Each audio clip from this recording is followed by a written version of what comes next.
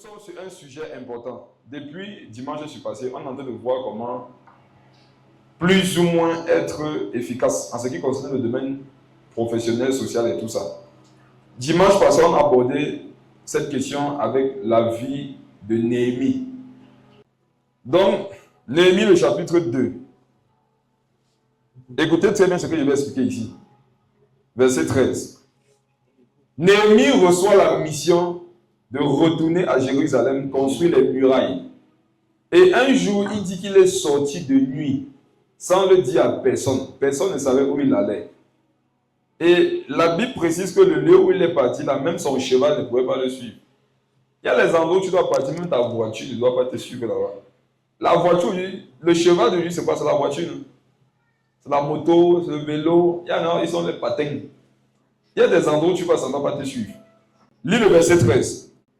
Je sortis de nuit par la porte de la vallée, et je me dirigeais contre la source du dragon et vers la porte du fumier, considérant les murailles en ruine de Jérusalem et réfléchissant à ces portes consumées par le feu. Amen. Amen. Frères et sœurs, on ne réussit pas au hasard. En fait, quelqu'un qui a réussi par le hasard, il va échouer par le hasard par la suite. Il va chuter par hasard. Quand tu ne sais pas ce qui t'a fait monter dans une certaine dimension, tu ne sauras pas aussi ce qui t'a fait descendre de la même dimension. Être spirituel, ce n'est pas faire certaines choses. C'est savoir ce que tu fais. Écoutez-moi bien. Quelqu'un de spirituel, ce n'est pas quelqu'un dont les événements vont être des surprises. Mais c'est quelqu'un qui sait que par telle méthode et tel moyen, je peux arriver à tel résultat. Il y en a, ils vivent des choses, souvent même des expériences spirituelles. Ils ne savent pas ce qui a provoqué ça. Donc, ils vivent ça au hasard. Maintenant, si tu lui dis, est-ce que tu peux m'enseigner comment tu fais pour vivre ça? Il ne sait pas. Et c'est dangereux de vivre des expériences ou d'avoir des capacités et qui se manifestent sans que je ne sache comment ça marche. La spiritualité, c'est de pouvoir expliquer ce que tu vis. Quelqu'un m'a demandé sur le live TikTok la semaine passée, une femme de Dieu, elle m'a dit souvent, elle reste comme ça, elle a des informations sur les gens au hasard.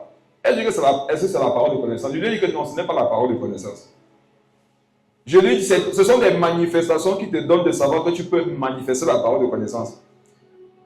Quand est-ce qu'une capacité devient un don spirituel? Écoutez bien, c'est quand je peux le faire consciemment et le transmettre. Amen. Vous voyez les choses que vous parlez sur les gens, ça marche. Il dit que bon, ce que tu as dit, c'est la vérité. Tout. Ne dis pas encore que tu prophétises. Tu prophétises quand tu peux le faire expressément et l'enseigner à quelqu'un.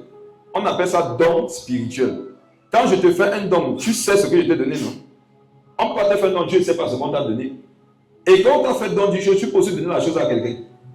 Donc un don spirituel, c'est quelque chose que je peux expérimenter volontairement et que je peux transmettre aux gens. Amen. C'est pas que je suis souvent là et ça se manifeste, je ne sais pas ce qui se passe. Écoutez, soyez très attentifs.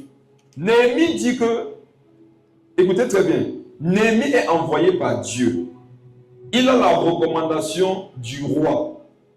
Ne vous laissez pas berner par le fait que vous parliez en langue et vous connaissez quelques personnes dans la société. Ça ne suffit pas pour réussir. Pour réussir, il y a des choses que tu dois faire personnellement et seul. Oui. Donc Néhémie savait ces choses. Et la Bible nous dit qu'il est sorti à quel moment? Dans la nuit. Je vous en supplie, mes frères, je ne le dirai jamais assez. La vie d'un homme spirituel, c'est la nuit. Oui. La journée, ce sont les activités, monter, descendre. On bâtit sa vie la nuit. Donc, toi qui as un sommeil excessif là, tu détruis ta vie. Regardez ceux qui dorment beaucoup.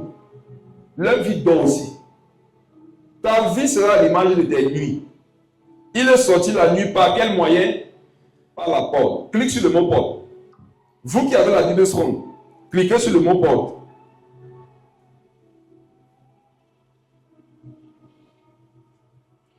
Lis 1b, première dimension de la porte. Espace. Parce que pour sortir, il faut bien sortir par un lieu. Nous sommes entrés ici dans cette salle-là, par des portes, non? Personne ici n'est venu par le plafond ou par l'intérieur de la terre. Nous tous nous sommes passés par une porte. Si tu veux accéder à un endroit, il faut chercher la porte. Tu veux avoir une vie spirituelle stable. Tu veux avoir une vie sociale stable. Tu veux une vie matrimoniale stable. Une vie professionnelle stable. Mais est-ce que tu connais la porte pour arriver là-bas? Tu peux connaître Dieu. Tu peux connaître les hommes. Mais si tu ne connais pas la porte, Dieu peut te donner une maison. Mais si tu ne connais pas la porte de la maison que Dieu a donnée, est-ce que la maison va être utile? Non. Un homme peut t'offrir une maison, mais si tu ne connais pas la porte d'entrée de la maison, tu auras la maison, mais tu vas toujours vivre dans la rue. Et la plupart des chrétiens aujourd'hui connaissent Dieu, connaissent des personnes, mais ils vivent dans la rue. Ils ont des maisons, des capacités, des potentialités, des ouvertures, mais leur vie n'en est pas à l'image. Par la porte, 1b, qu'est-ce que la Bible dit?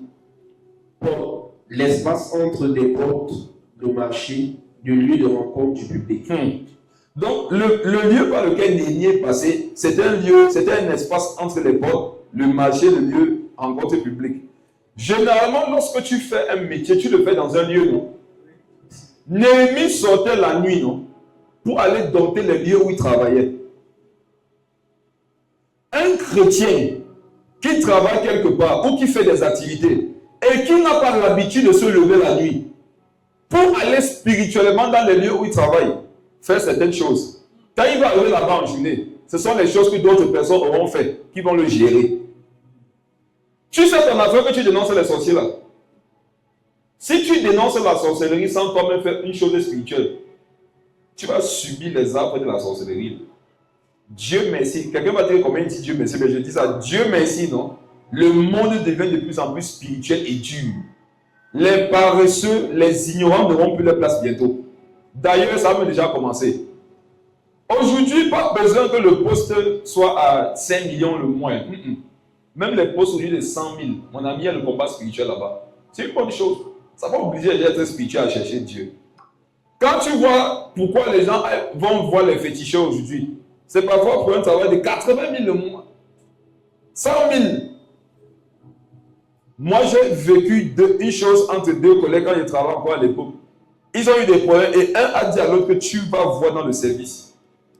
Comme il a parlé le lendemain, l'autre est venu son pied avec gonflé comme ça. Ça m'a rigolé. C'est sérieux. Son pied a gonflé. Un métier où il ne gagne même pas 200 000, 300 000, 400 000. D'ailleurs, moi, on s'entretrouve avec les fétiches.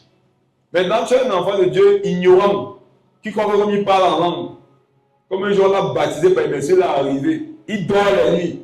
Pendant que les enfants des autres veillent avec les formules. Et tu crois que tu vas réussir là-bas. Tu auras Dieu. Tu auras la connaissance de ton patron, mais on va te renvoyer un jour. Est-ce que vous savez que c'est une honte lorsque dans un service, on veut renvoyer ses enfants et Dieu qu'on renvoie? Et vous pensez souvent que ce sont les persécutions, la volonté parfaite de Dieu. Ce n'est pas souvent la volonté de Dieu, ni son plan pour ta vie. C'est que toi, tu es faible spirituellement. Quand il faut renvoyer là, on se base sur certains critères. Non? Or, il y en a, ils sont tellement imposants spirituellement que quand tu veux envoyer quelqu'un, tu ne le vois même pas. C'est quand tu fais l'envoyer, tu dis que mais toi, tu étais là, je n'ai pas vu comment. Tu étais caché quelque part. Il allait où? Au niveau du marché, le lieu de rencontre publique. Le lieu du marché, c'est qu'on fait le commerce. Et n'entendez pas commerce by Amsterdam. Toute activité qu'on fait, c'est un commerce. Quand la Bible dit que Satan a été un commerçant au ciel, je ne sais pas que vous avez lu ça. Satan vendait quoi? Qui a dit Satan vendait quelque chose? Mais la Bible dit qu'il a fait un commerce au ciel. Le commerce que Satan faisait, c'était de dire aux anges que venez avec moi, on va se rebeller contre Dieu. Quand je vais m'établir au-dessus de lui, je vais vous donner des places. C'était un commerce.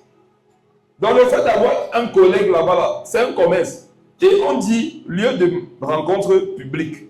Ça veut dire que partout où il y a des activités professionnelles, commerciales qui se passent, où il y a des rencontres publiques. Public, ça s'appelle juste avec ton collègue au bureau. Hein. Mon frère, c'est un lieu que tu dois dominer spirituellement. Et on fait ça comme la nuit. Tu te lèves la nuit. Maintenant, quelqu'un devrait me demander comment est-ce qu'on fait ça. C'est simple. Tu te lèves la nuit, par exemple. Tu pries. Mais après la prière que tu as adressée à Dieu, tu dois parler. La vie et la mort se boit de la langue. Quiconque l'aime en mangera les fruits. Tu parles à la terre de ton travail. Ce sont des choses spirituelles. Et ces choses-là ont des oreilles. En fait, mes frères et sœurs, tout vit. Jésus disait que si des hommes se taisent pour ne plus l'adorer, les pierres vont crier. Et il y en a ici, vous n'avez pas une bonne relation au travail parce que vous ne parlez pas à vos patrons. Et Dieu nous a donné le pouvoir de parler aux gens sans être avec eux. Et leur dit ce qu'on ne peut pas leur dire en face. Amen. Tu dis maintenant que je m'adresse à toi, mon patron. Tu cites son nom. Au nom de Jésus. tu lui parles. Je vous assure, la personne va s'échouer à faire un songe. Qui a remarqué que mon père, moi, certaines personnes, on explique les songes des gens. On révèle les songes des gens, on les explique. En fait, vous savez souvent pourquoi on peut donner les songes des gens. On peut révéler les songes des gens. Parce que c'est nous qui leur avons donné ces songes. Il y a deux types de songes. Il y a les songes qui viennent. Enfin, il y a trois types. Il y a des songes qui viennent de Dieu, du diable et des hommes. Est-ce que vous savez que vous pouvez donner les songes aux gens? Tu reçois dire à ton patron que cette nuit, tu me vois dans ton songe et tu vois comment tu me fais du bien. Tu vois comment tous les autres, c'est eux qui veulent détruire l'entreprise. Tu déclares ça. Le problème, c'est que toi, tu es trop naïf. Tu penses que quand tu as déposé ton CV, la vie va être facile. Oh, il y a des gens qui partent te consulter, ils font les sacrifices. Et ça marche, on voit, non? N'est-ce pas? Vous avez été témoin souvent de ça. Quelqu'un n'est pas le meilleur employé. C'est lui qui vole. C'est lui qui manque le travail. C'est lui qui est en retard. Fin d'année, meilleur employé, on l'appelle. Tout le monde veut s'évanouir que mince. Même pas celui-ci. Qu'est-ce qu'il a fait? Il s'est levé la nuit. Et si ça vous fait mal, levez-vous aussi la nuit. Amen.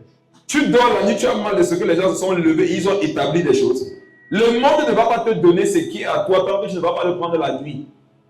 Il y a vous êtes trop naïf, vous pensez que la reconnaissance des hommes, ça va venir comme ça. Jamais. Tu sais combien de personnes veulent que tu chutes au boulot là-bas. Dans ta famille, il y a des combats partout. Et le fait qu'il parle là, ça a une puissance. Maintenant, si toi aussi tu ne parles pas, tu vas subir. La Bible dit que toute langue qui se lèvera en justice contre toi, en jugement contre toi, tu l'as condamnera. Tu l'as condamnera. Donc Dieu veut nous voir certaines nuits condamner des choses. Dieu nous a donné le pouvoir de condamner certaines injustices au travail. Si tu ne condamnes pas ça, tu vas subir. Et ce sont les païens, ce sont les injustes qui vont avoir les bénéfices. Deuxième chose, 1C. Dans la première dimension, c'est la dimension publique là, où je savais n'importe qui. 1C dit quoi? Porte. Porte du palais du château royal, temple ou du tabernacle. Très bien, ça veut dire que maintenant, même pour accéder à des portes élevées là, ça se gère quand? Ça se gère la nuit.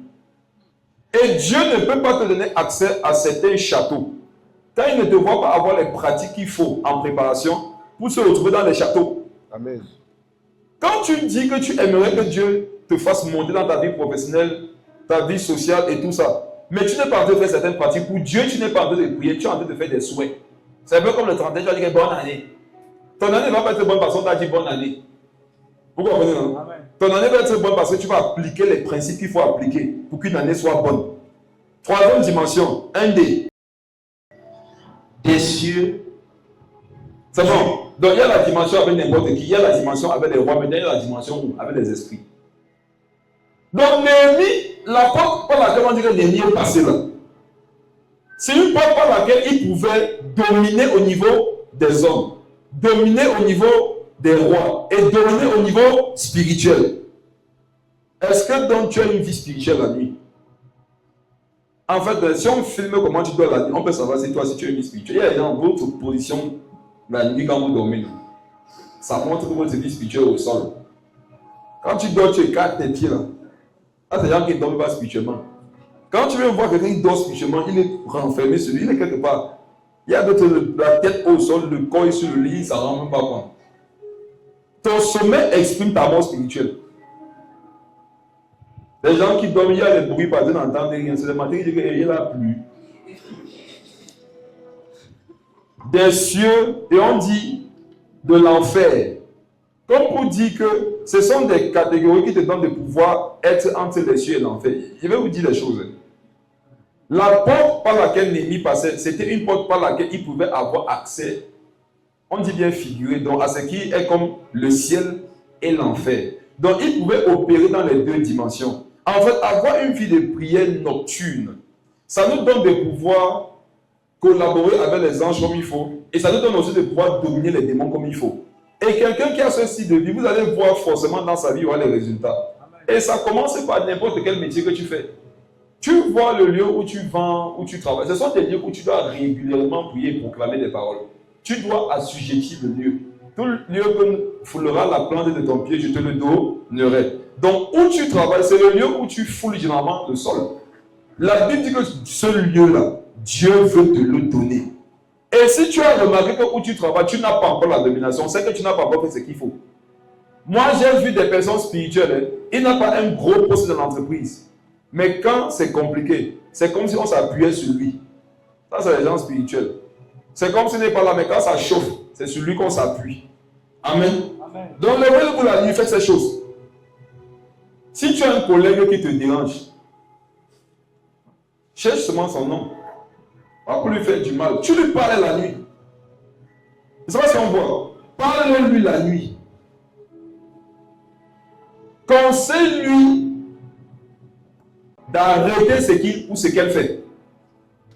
Demande-lui de se tourner vers Jésus. Et dis à la personne que si tu ne veux pas, ce qui va t'arriver, c'est ton problème. Mais dans tous les cas, toute puissance que tu manifestes là-bas au travail, ça n'a aucun effet sur moi. Et c'est l'onction qui est sur ma vie qui te domine. Pas qu'aujourd'hui, tant que toi et moi on est dans la même entreprise là, l'onction qui est sur moi deviendra ton onction. C'est généralement après ça que vous allez voir des personnes avec lesquelles apparemment tout allait bien commencer à se lever contre vous. Ne soyez pas surpris souvent quand vous voyez vos collègues se lever contre vous pour rien. C'est que vos prières de la nuit les gênent. Il y a des choses qu'on ne gère pas physiquement, on gère ça spirituellement. Et les chrétiens, généralement, attendent maintenant que la justice de Dieu se fasse physiquement, alors qu'elle doit se faire d'abord dans la vie de prière. Et je dis que la vie de prière est une portion où je m'adresse à Dieu, je lui demande la force, l'intelligence, la sagesse, mais il y a une dimension où c'est moi qui établis les choses avant comme je voudrais que ça se passe. Il y a des gens que vous devez renvoyer avant le patron. Je vous dis, il y a des gens, vous devez les renvoyer certaines entreprises. Pourquoi? Ils nuisent tout le monde. Ils mettent les autres en difficulté. Non seulement c'est eux qui ne travaillent pas, mais ceux qui travaillent, ils leur mettent des bâtons dans les roues. C'est eux qui doivent partir. Tu ne laisseras pas vivre la sorcière. La sorcellerie, c'est que tu ne veux pas faire et tu embêtes ceux qui font. Or, ils ont leur famille à nourrir. Si toi, tu ne sais pas pourquoi tu es venu ici, on va te rappeler à l'ordre. Donc, c'est parfois d'établir que toute personne qui n'est pas réglée ici quitte. Il faut prêcher, il faut parler. Il faut déclarer ça. Et ça va, il n'en va de même pas que dans la vie professionnelle, même dans la vie familiale. Là. Il y a des gens sur la terre, c'est vous qui êtes gentils. Il y a des gens qui sont là pour nuire. Il y a les gens, ce sont des fils de la perdition. Ce sont des démons dans des corps humains. Ils ne sont pas là pour vivre, ils sont là pour nuire. Et moi, il y a une prière que je fais souvent à Dieu. Je dis, Seigneur Jésus, tu veux sauver. Mais il y a les gens qui ne veulent pas que tu les sauves. Si dans ton plan pour eux, ils ne vont jamais accepter la conversion. Ça veut dire que s'ils vont vivre 80 ans, et ils ne vont jamais t'accepter, Seigneur, vas-tu laisser qui traumatise ceux qui veulent vivre? Ceux qui vont aller au ciel. J'ai dit quoi? Ta prière est mauvaise. Et il dit, Jésus, protège ton église. Protège ses familles, protège ton peuple. Maintenant, Dieu décide ce qu'il va faire. C'est lui qui a le pouvoir de la vie et de la mort, de l'enfer du ciel. Nous seulement, on parle. Et chaque enfant, Dieu doit parler. Regardez quand David a fait du bien à Nabal. Vous avez vu le retour de Nabal? Sa réponse, son comportement. David a voulu, lui, par la chair, exécuter la justice de Dieu. Dieu l'a bloqué. Dieu a exercé sa justice lui-même. Et pourquoi? Regardez, en fait, dans toute société où il y a l'impunité, la corruption, l'injustice, la mort va aller sans cesse grandissant. Vont aller sans cesse grandissant. Pourquoi les pays africains, notamment noirs, le désordre ne cesse de... C'est parce qu'on ne punit pas. C'est pas ça. C'est parce qu'on ne punit pas. Et une société, un système dans lequel il n'y a pas de punition, c'est un système, une société qui voit l'échec. Et la parole de Dieu, si parfois, n'est pas que pour sauver, elle est aussi pour juger. Amen. Vous pensez que si quand les gens détenants les mettaient là-bas à la pause centrale, armée, feu, c'est qu'il y a ce qu'on voit là. Un papa à l'époque nous éduquait en tout ce qui était éducation civique. Il avait été un grand fonctionnaire de ce pays. Il avait mis sur pied une ONG pour éduquer la jeunesse camerounaise. Un jour, je suis allé à l'un de ses séminaires. Et il nous racontait que, je vous assure, mes frères et sœurs, tous les pays ne sont pas comme le Cameroun. Il est allé aux Philippines. Et pour la mission qu'il avait à faire là-bas, il y avait un gros montant qui était réservé pour la sécurité sanitaire. Donc s'ils tombaient malades, quel que soit ce dont ils avaient besoin, ils puisaient dans cette caisse-là pour les soins. C'était une grosse somme. Or, pendant la mission, personne n'est tombé malade. Donc il allait voir un médecin. Il a dit au médecin qu'il est en mission, il est Camerounais, et que vraiment il y a une grosse somme qu'on a laissée pour les soins. Or, personne n'est tombé malade. Est-ce que le médecin peut lui faire un cas comme un bon Camerounais, non? Est-ce que tu peux me faire un truc là? Il croyait qu'il est à Yaoundé. À Boulas. Le médecin lui a posé une seule question. Le médecin lui a dit qu'est-ce que mon pays gagne quand je fais ça? Il dit que c'est ce que le monsieur lui avait demandé. Qu'est-ce que mon pays gagne quand je fais ça? Pour dire que tu es en train de voir une échelle à ton niveau. Moi, je regarde une échelle nationale. Le monsieur n'a rien fait. Il dit qu'il est rentré, bien qu'il était encore bien corrompu à cette époque. Ça lui avait parlé. Ça l'avait éduqué. Mes frères et sœurs, si vous voulez regarder dans la vie seulement à votre échelle, vous ne serez pas efficace spirituellement parlant. Il faut regarder à l'échelle nationale. Je ne suis pas d'accord avec le fait que quelqu'un vive 90 ans. Pendant les 90 ans, il tue, il viole, il détourne, il condamne. Les gens qui veulent marcher avec Dieu, les gens qui auraient pu être sauvés, non, mon ami, tu vas quitter la terre. Jésus a dit quelque chose dans Matthieu 3, 23. Il a dit, pharisiens, hypocrites, vous n'allez pas au ciel. Et vous empêchez même ceux qui voudraient y aller d'aller. Cette parole m'a toujours choqué. On comprend par là qu'il y a des personnes, mes frères, qui veulent être sauvés, mais ils ne seront pas sauvés. Pourquoi? Parce qu'il y a des personnes qui les bloquent le ciel. Si on veut sauver ces personnes, on fait comment de ceux qui les bloquent? Mais vous devez bouger. Je vous dis que vous allez bouger. Vous devez bouger. Les chrétiens de cette génération doivent savoir que le monde dans lequel on vit là, sur le plan professionnel, il y a la guerre. Et la guerre est réelle. Et vous ne devez pas vous laisser faire. Vous devez vous lever la nuit, prier, proclamer des paroles, déclarer des choses sur vos travaux, sur le lieu du travail, sur tes collègues, sur le patron, parlez-leur. Vous pouvez les pousser à faire votre volonté. Toi, tu veux une promotion et tu restes comme ça, tu attends. Et tu crois seulement que parce que tu as bien travaillé, on va voir comment te donner la promotion. La promotion ne vient pas forcément parce que tu as bien travaillé. La promotion vient parce que tu as bien travaillé et tu as pris la promotion. Il y a des choses dans l'écriture qu'on ne te donnera pas, à moins que toi-même tu viennes te servir. C'est à toi de venir prendre la chose. L'ange disait à Jean que prends. Attends pas qu'on te donne. Viens prendre. Il y a des choses que Dieu donne, il y a des choses que Dieu laisse. Quiconque veut non peut venir y prendre. Quand celui qui a soif vienne et fasse quoi? Prenne de l'eau. Amen. Deuxième chose que je voulais vous montrer. Nous sommes toujours dans le chapitre 2, au verset 3. Regardez comment la parole de Dieu est magnifique.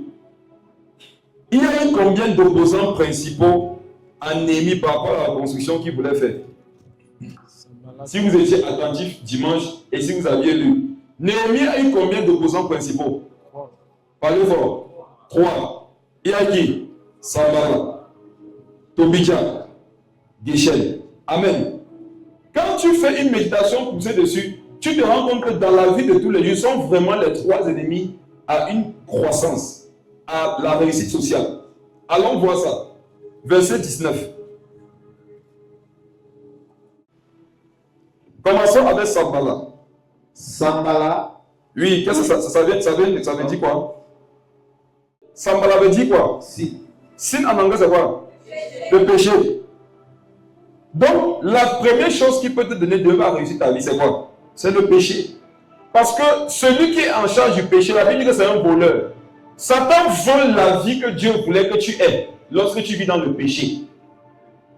Et lorsque tu as l'impression que tu réussis, alors que tu es dans le péché, laisse-moi te dire que c'est juste que Satan te fait monter pour que tu puisses mieux tomber.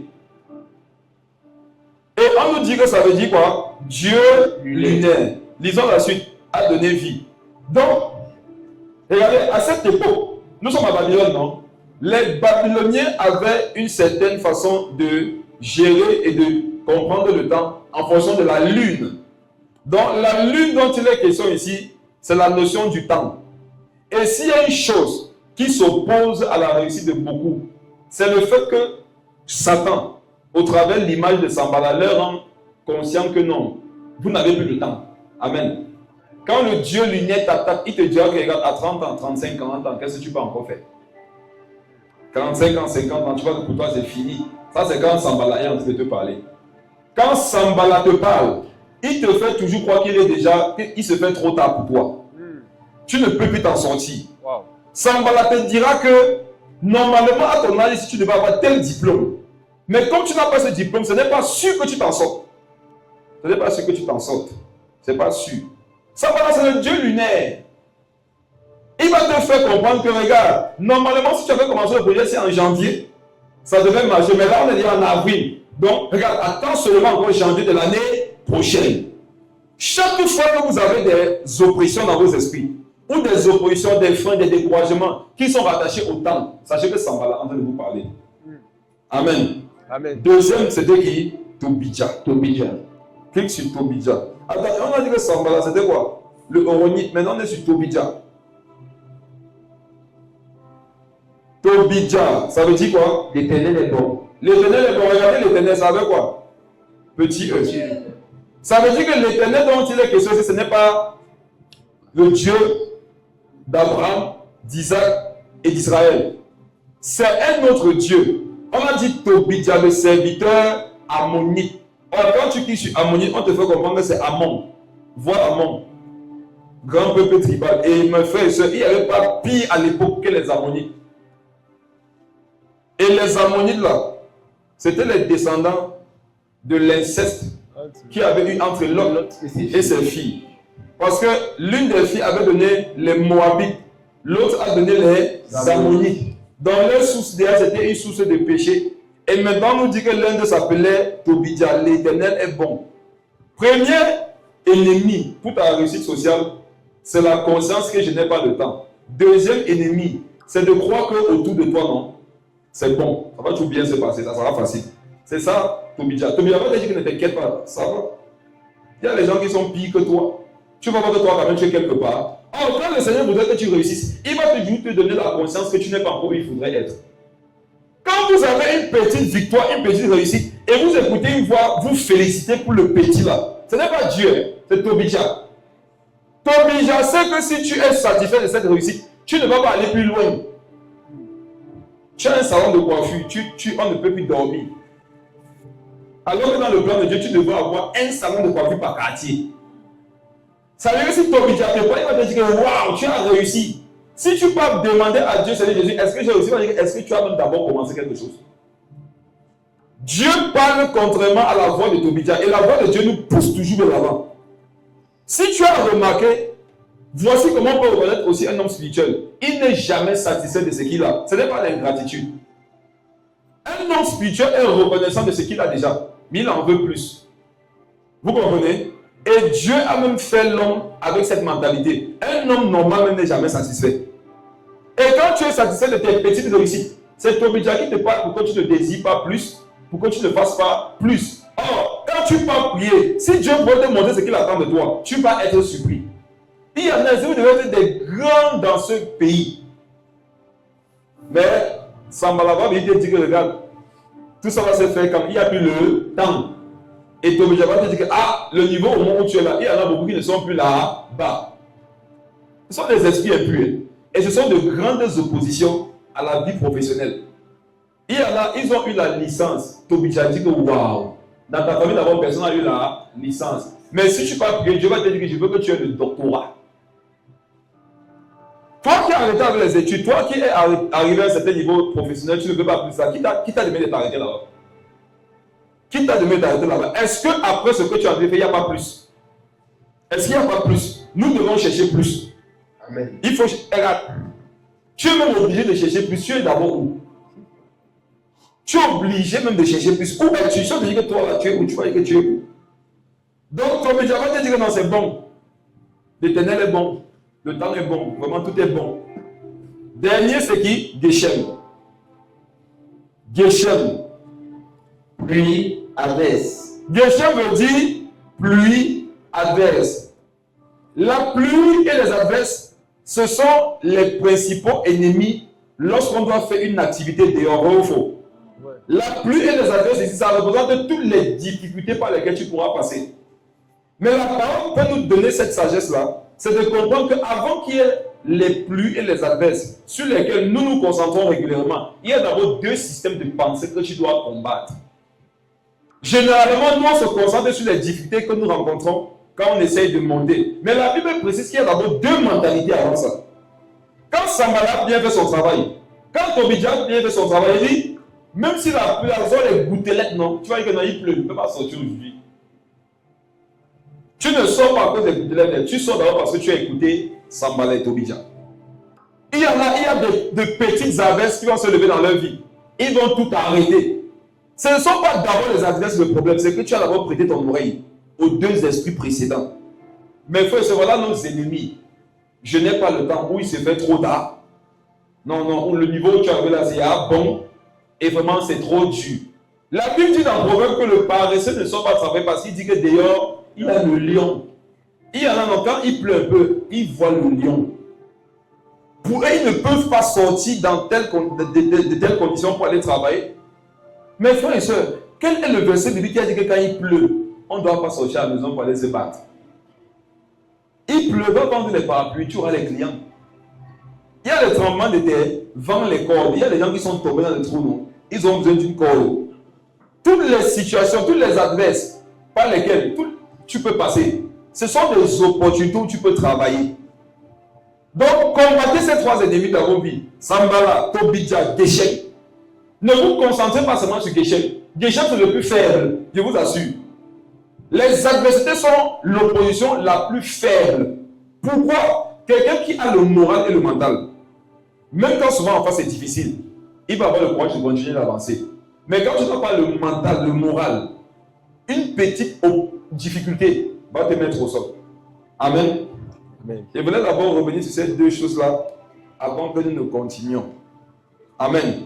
Amen. On a vu comment Néhémie, dimanche passé, on a vu comment Néhémie a commencé à travailler dur avec le peuple d'Israël. Et on voyait au début du verset que lorsque Sanballat, Tobidja et Geshem ont appris qu'ils ont commencé la construction, ils étaient en colère. Remarquez quelque chose, les mêmes esprits, les mêmes trois personnages-là, quand ils ont appris le projet, ils se moquaient. Je vous assure mes frères, si vous avez arrêté une activité à cause des moqueries des hommes, vous n'avez pas été sage. Maintenant, j'aimerais un peu regarder votre niveau de sagesse et de compréhension.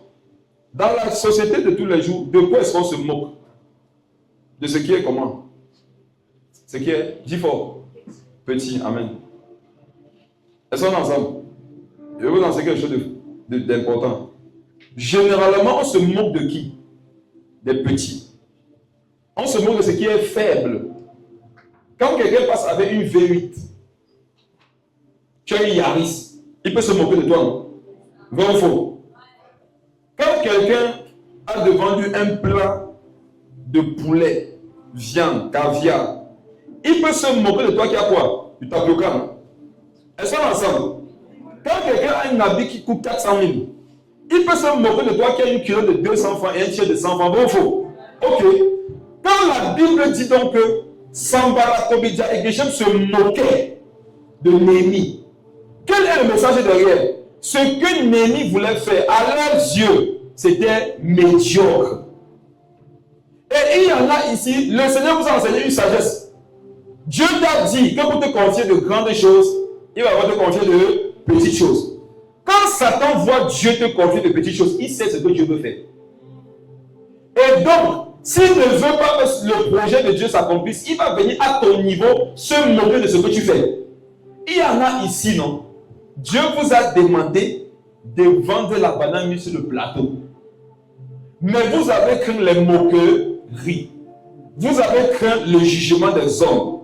Et quand à cause de ça, tu ne fais pas ce que Dieu t'avait mis à cœur, ce qui était rattaché à ça, tu ne le verras jamais.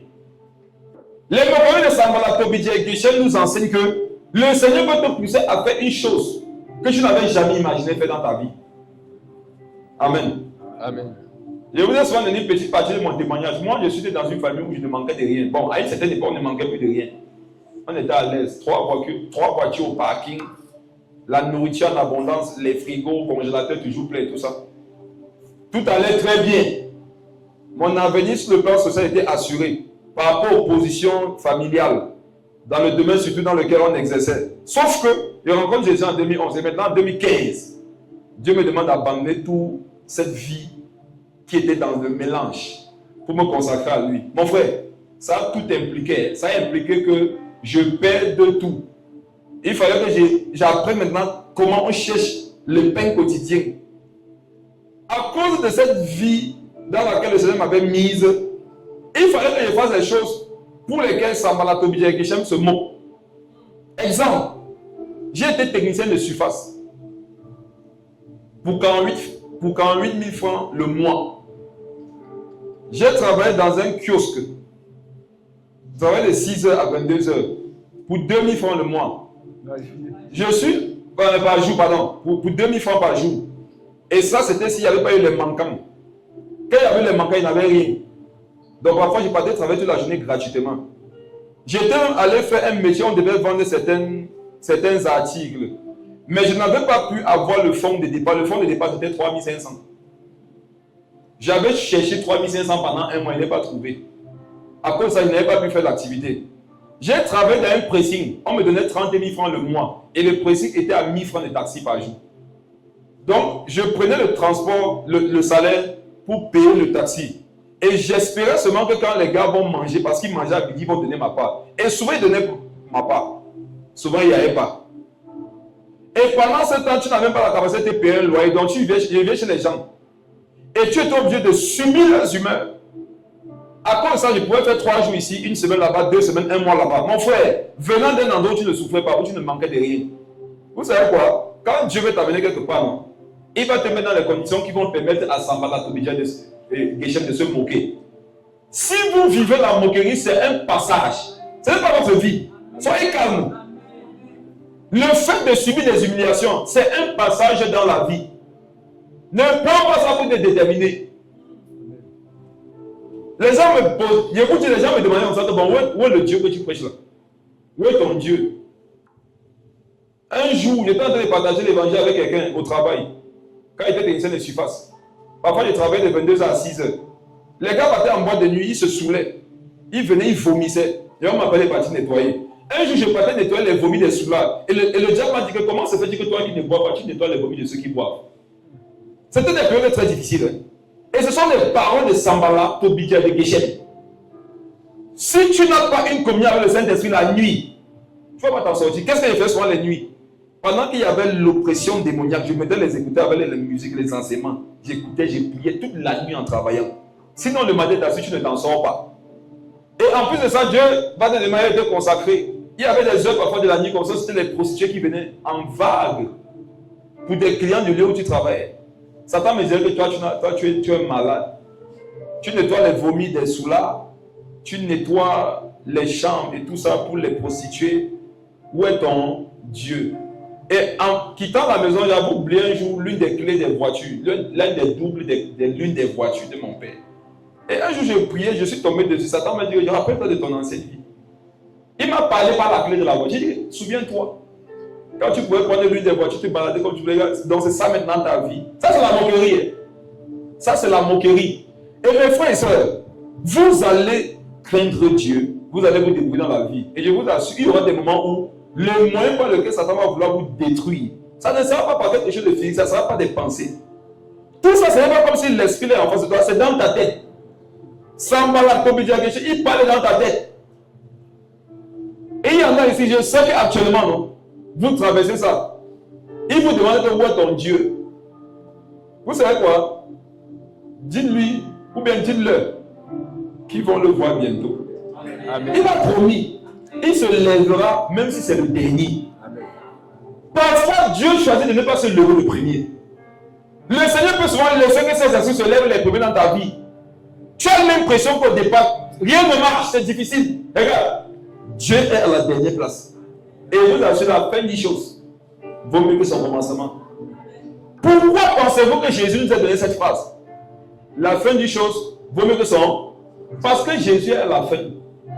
C'est la fin qui va nous dire, toi seulement dans le parcours, sois fidèle.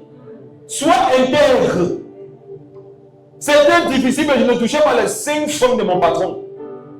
Au niveau de mon service, je n'avais jamais, j'ai dit, jusqu'aujourd'hui, je n'avais jamais rien fait de mal. Par la grâce de Dieu, il est en train de nous amener quelque part. On a organisé un programme dans le même hôtel où je travaillais, la Falaise, ici. Mes collègues voient le responsable de l'événement, Clément Bako. Il se dit que, quel Clément Bako? Le technicien ne suit pas ça. Celui qui mangeait les pains. Essayez de vous parler un peu. Mes frères et sœurs, il y avait des semaines où je ne mangeais que le pain.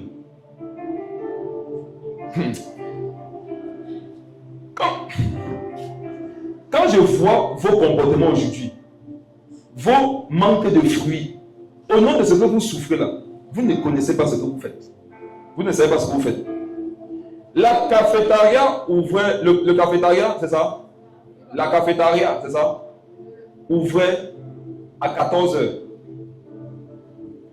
Généralement, on me programmait aux heures où on savait que les autres jonglent. Et c'est pas ce que vous comprenez. Hein? Donc, ton chef de service sait que les autres jonglent. Donc, il s'appuie sur toi pour que son service marche bien. Les autres sont là pour pointer, ils savent que toi tu es là pour travailler. Et j'arrivais à 14 h. Or, généralement, comme le repas c'était à midi, tu venais à 14 h, généralement la nourriture était finie depuis 13 h. Or, tu n'avais pas de quoi manger depuis le matin. Et parfois, tu venais au travail à pied.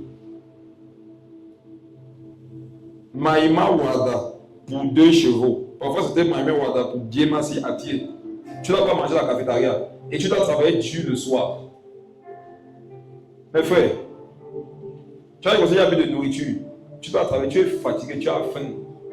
À un moment donné, tu vois les gens du bar-restaurant qui passent pour aller jeter les pains rassis dans la poubelle. Il y a les caméras partout. On te voit manger le pain qu'on partait jeter la bombe, on va te renvoyer. Donc, je vous parle, j'étais souvent obligé, non, de laisser qu'on traverse avant les camions, on va jeter dans la poubelle. Maintenant, quand j'ai fini de nettoyer, non, en partant vider la poubelle, en soulevant la poubelle pour vider, je prends quelques morceaux rapidement, je mets dans ma poche. Je remonte où on garde notre matériel, je pars au coin parce qu'il n'y avait pas de lumière là-bas. Je mange ça rapidement. Je ne nettoie ma bouche, je reçois et continue de travailler. Et dès que tu finis, Dieu te parle sur la vie des gens. Il te demande de partir cocher de manger à quelqu'un. Il te demande de partir prier pour la maladie de quelqu'un. Et la personne t'appelle le lendemain pour te dire que merci. Dès que tu as appelé, je suis guéri. Le dossier pour lequel tu as appelé là, ça a marché, je vais voyager. Donc, toi, tu es là. Le gars avec qui j'avais déposé mes dossiers, il était homosexuel. Je lui ai réfléchi, il m'a dit que tu ne le juges pas. Dès que nous sommes arrivés, on lui a donné le contrat. Moi, l'enfant de Dieu, on m'a donné la serpillère. Il a fait la demande pour qu'on envoie la réception. Le poste que tout le monde convoitait, on a accepté. Moi, j'ai fait la demande pour qu'on m'envoie la biade, on a refusé. Pendant ce temps, ma famille dit que je suis en train de une secte. Que c'est quel Dieu? Il restait les gens aussi, pleure. Dès que Dieu dit que tu as fini, il dit que oui, il dit que on va maintenant prier pour l'église, on va prier pour tel sujet, on va prier. Tu pries pour tes sujets, non, tu ne sens rien. Quand tu commences à prier pour les sujets, tu sens une atmosphère spirituelle autour de toi. Dieu n'est pas sentimental. Hein. Dieu a un plan pour chacun. Tes larmes, tes émotions, ça va rien lui dire. Donc, vous à qui Sambala Tobidiagichem parle là, laissez-les parler. Concentrez-vous sur Jésus. Parce que si tu ne te concentres pas sur Jésus, non seulement ils auront parlé, mais au final, tu n'auras rien. Je te donne un conseil, t'en supplie, ne souffre pas en vain. Pendant que ta vie est à Dieu comme c'est Dieu là, consacre-toi. Si pendant que ta vie est difficile, tu jongles encore, tu ne vas rien avoir à la fin.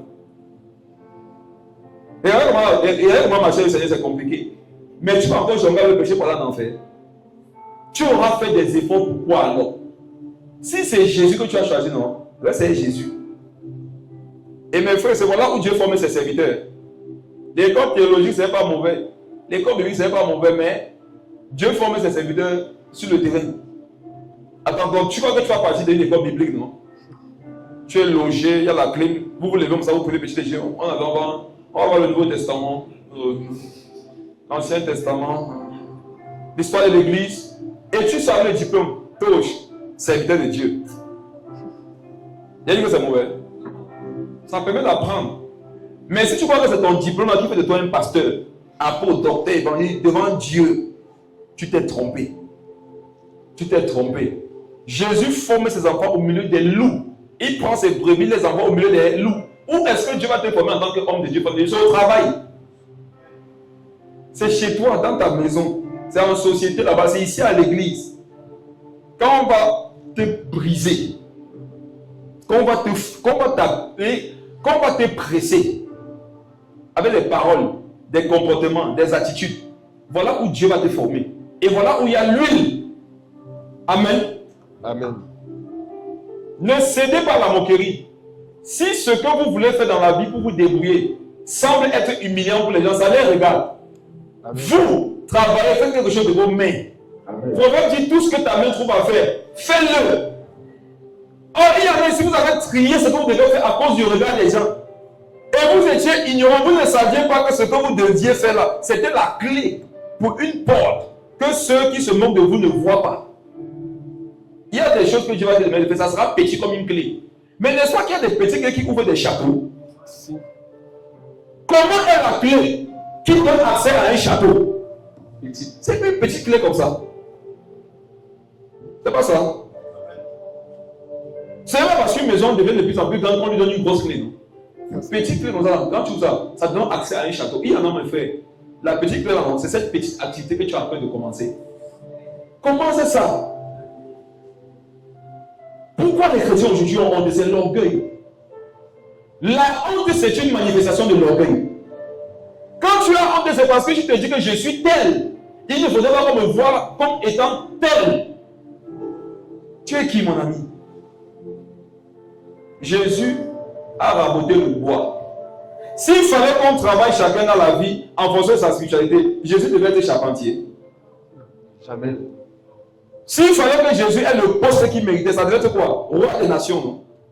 Jésus normalement devait être le président de tous les présidents à l'époque. Mais non, non. Il n'était peut-être pas dans un petit village où on ne pensait même pas qu'il puisse sortir quelque chose de bien. Nazareth. Et il faisait quoi? Raboter les bois. Il était là avec le clou flashé, toc, toc, toc, toc. Avec toutes les compétences et les capacités qu'il avait. Donc toi qui ne fais pas certains métiers parce que tu te dis que je ne peux pas faire tel métier avec tel diplôme que j'ai. Oh, tu n'as pas encore bien lu ta Bible. Jésus a fait charpentier alors qu'il avait le diplôme de Messie. Jésus avait le diplôme de sauveur. Jésus avait le diplôme de guérisseur. Mais il n'était pas médecin comme tu connais dans la société. Il était charpentier. C'est ça qu'il a fait. S'il te plaît, tes diplômes sur lesquels tu comptes depuis 10 ans, qui n'ont servi à rien là, va mettre ça dans une chemise, tu mets en haut de l'armoire. Retrousse les manches, non? Sors. Ne donne pas l'impression aux gens que quand on est devenu enfant de Dieu, sa vie est bloquée. Beaucoup vous étiez partis faire des filières sans sagesse. Aujourd'hui, ça ne vous sert à rien. Vous voulez forcer dessus. Et malheureusement, on a toujours les chrétiens qui ont le bac, qui partent faire lettres modernes françaises. Vous avez la foi. C'est pour faire quoi avec? C'est pour travailler où? Il y a des filières, si vous savez que vous n'allez pas aller loin dans le parcours d'étudiant là-bas, ça va vous servir à rien. Quand tu as fini de faire tes 2 ans, regarde, BTS en sociologie au Cameroun, c'est pour travailler où? Essayez de dire qu'il y a un qui trouve le travail avec. Mais sur 20 000, comme vous êtes chaque année, combien trouve le travail avec ça? Mais si on n'annonce pas le groupe qu'il y a une possibilité de se faire former en tant que mécanicien, ça ne vous intéresse pas.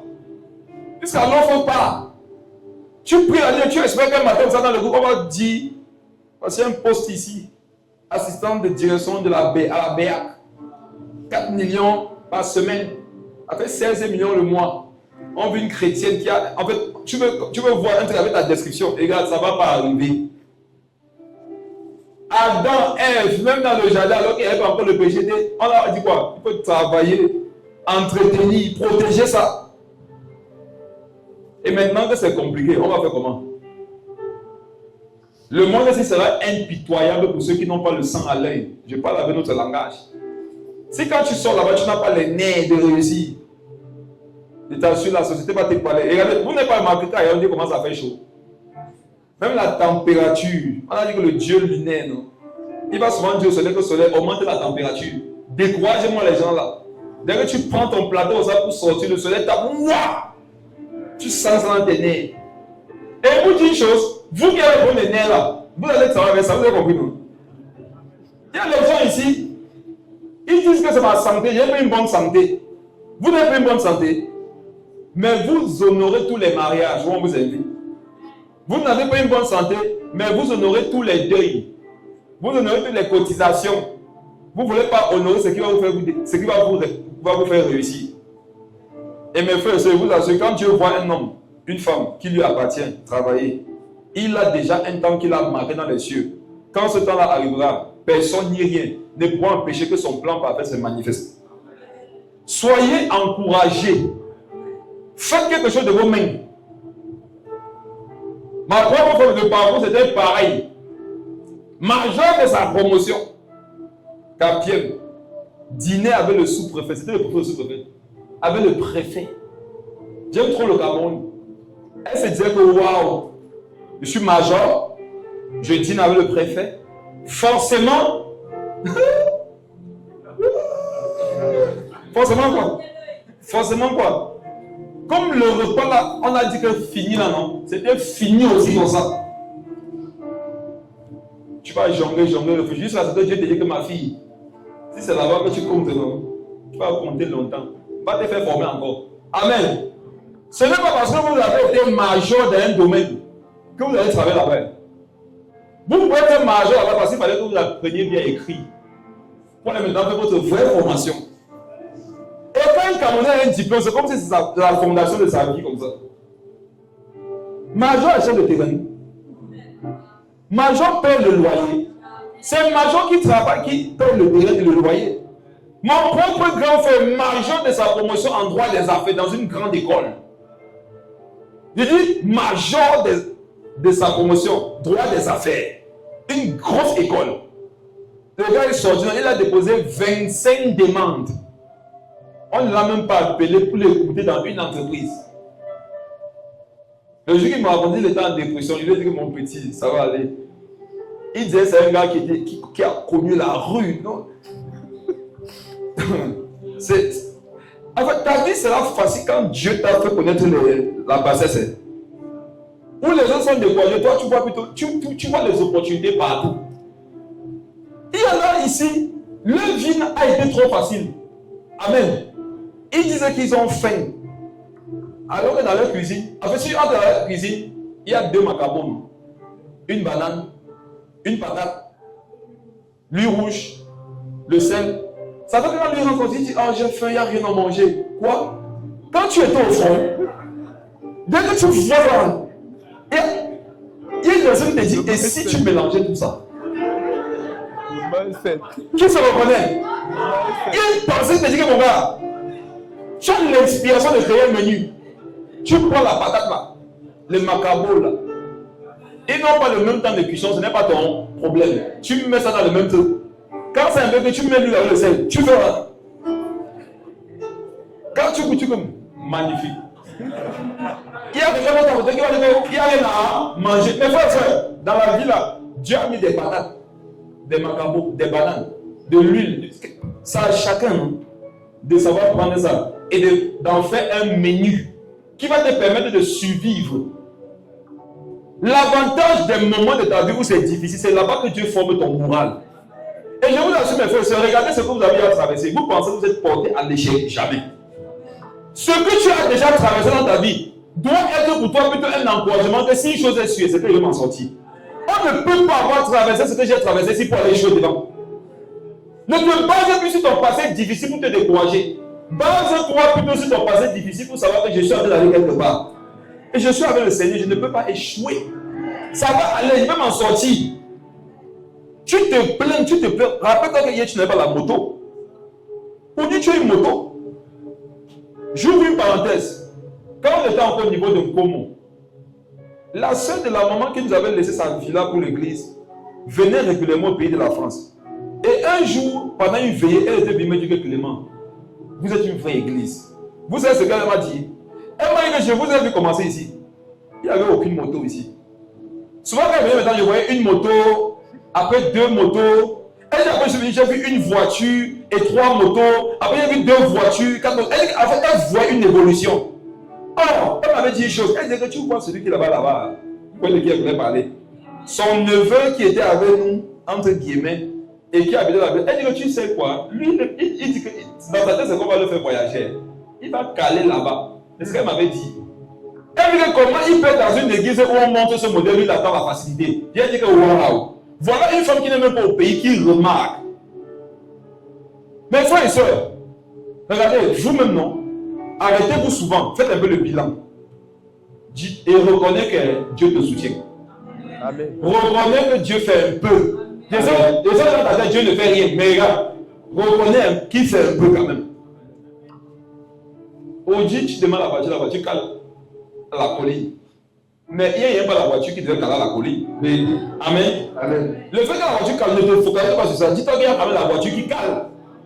C'est facile de garer au bord de la route parce que le moteur fume. Est-ce que tout le monde dit un moteur? Amen. Tu as quand même ton moteur qui fume. Tu as quand même ta moto avant qu'il n'y ait pas le carburant. Il y en a qui disent que il n'y a pas le carburant. Ils ne peuvent pas. Ils ne sont pas comprendre. Amen. Mais il faut que sachez vous encourager. Tu attends que tu viennes t'encourager. Souvent même Dieu ne nous parle pas. Il dit que souvent même Dieu, non, il ne te parle pas. Toi-même tu peux te parler, non? Même si Dieu ne te parle pas, il parle-toi de sa parole. Dis qu'il avait hier dans la Bible que tu essaies une activité, ça échoue, fais l'autre. Ce n'est pas spirituel d'aller dans la chambre et dire que Seigneur Jésus, qu'est-ce que tu veux qu'il fasse? Dieu peut te répondre, mais il vous assure, sur 1000 cas, il répond à des 1000 personnes. Des 1000 personnes, ça veut dire qu'il y a une idée qui commence dans ton esprit, ça va vite.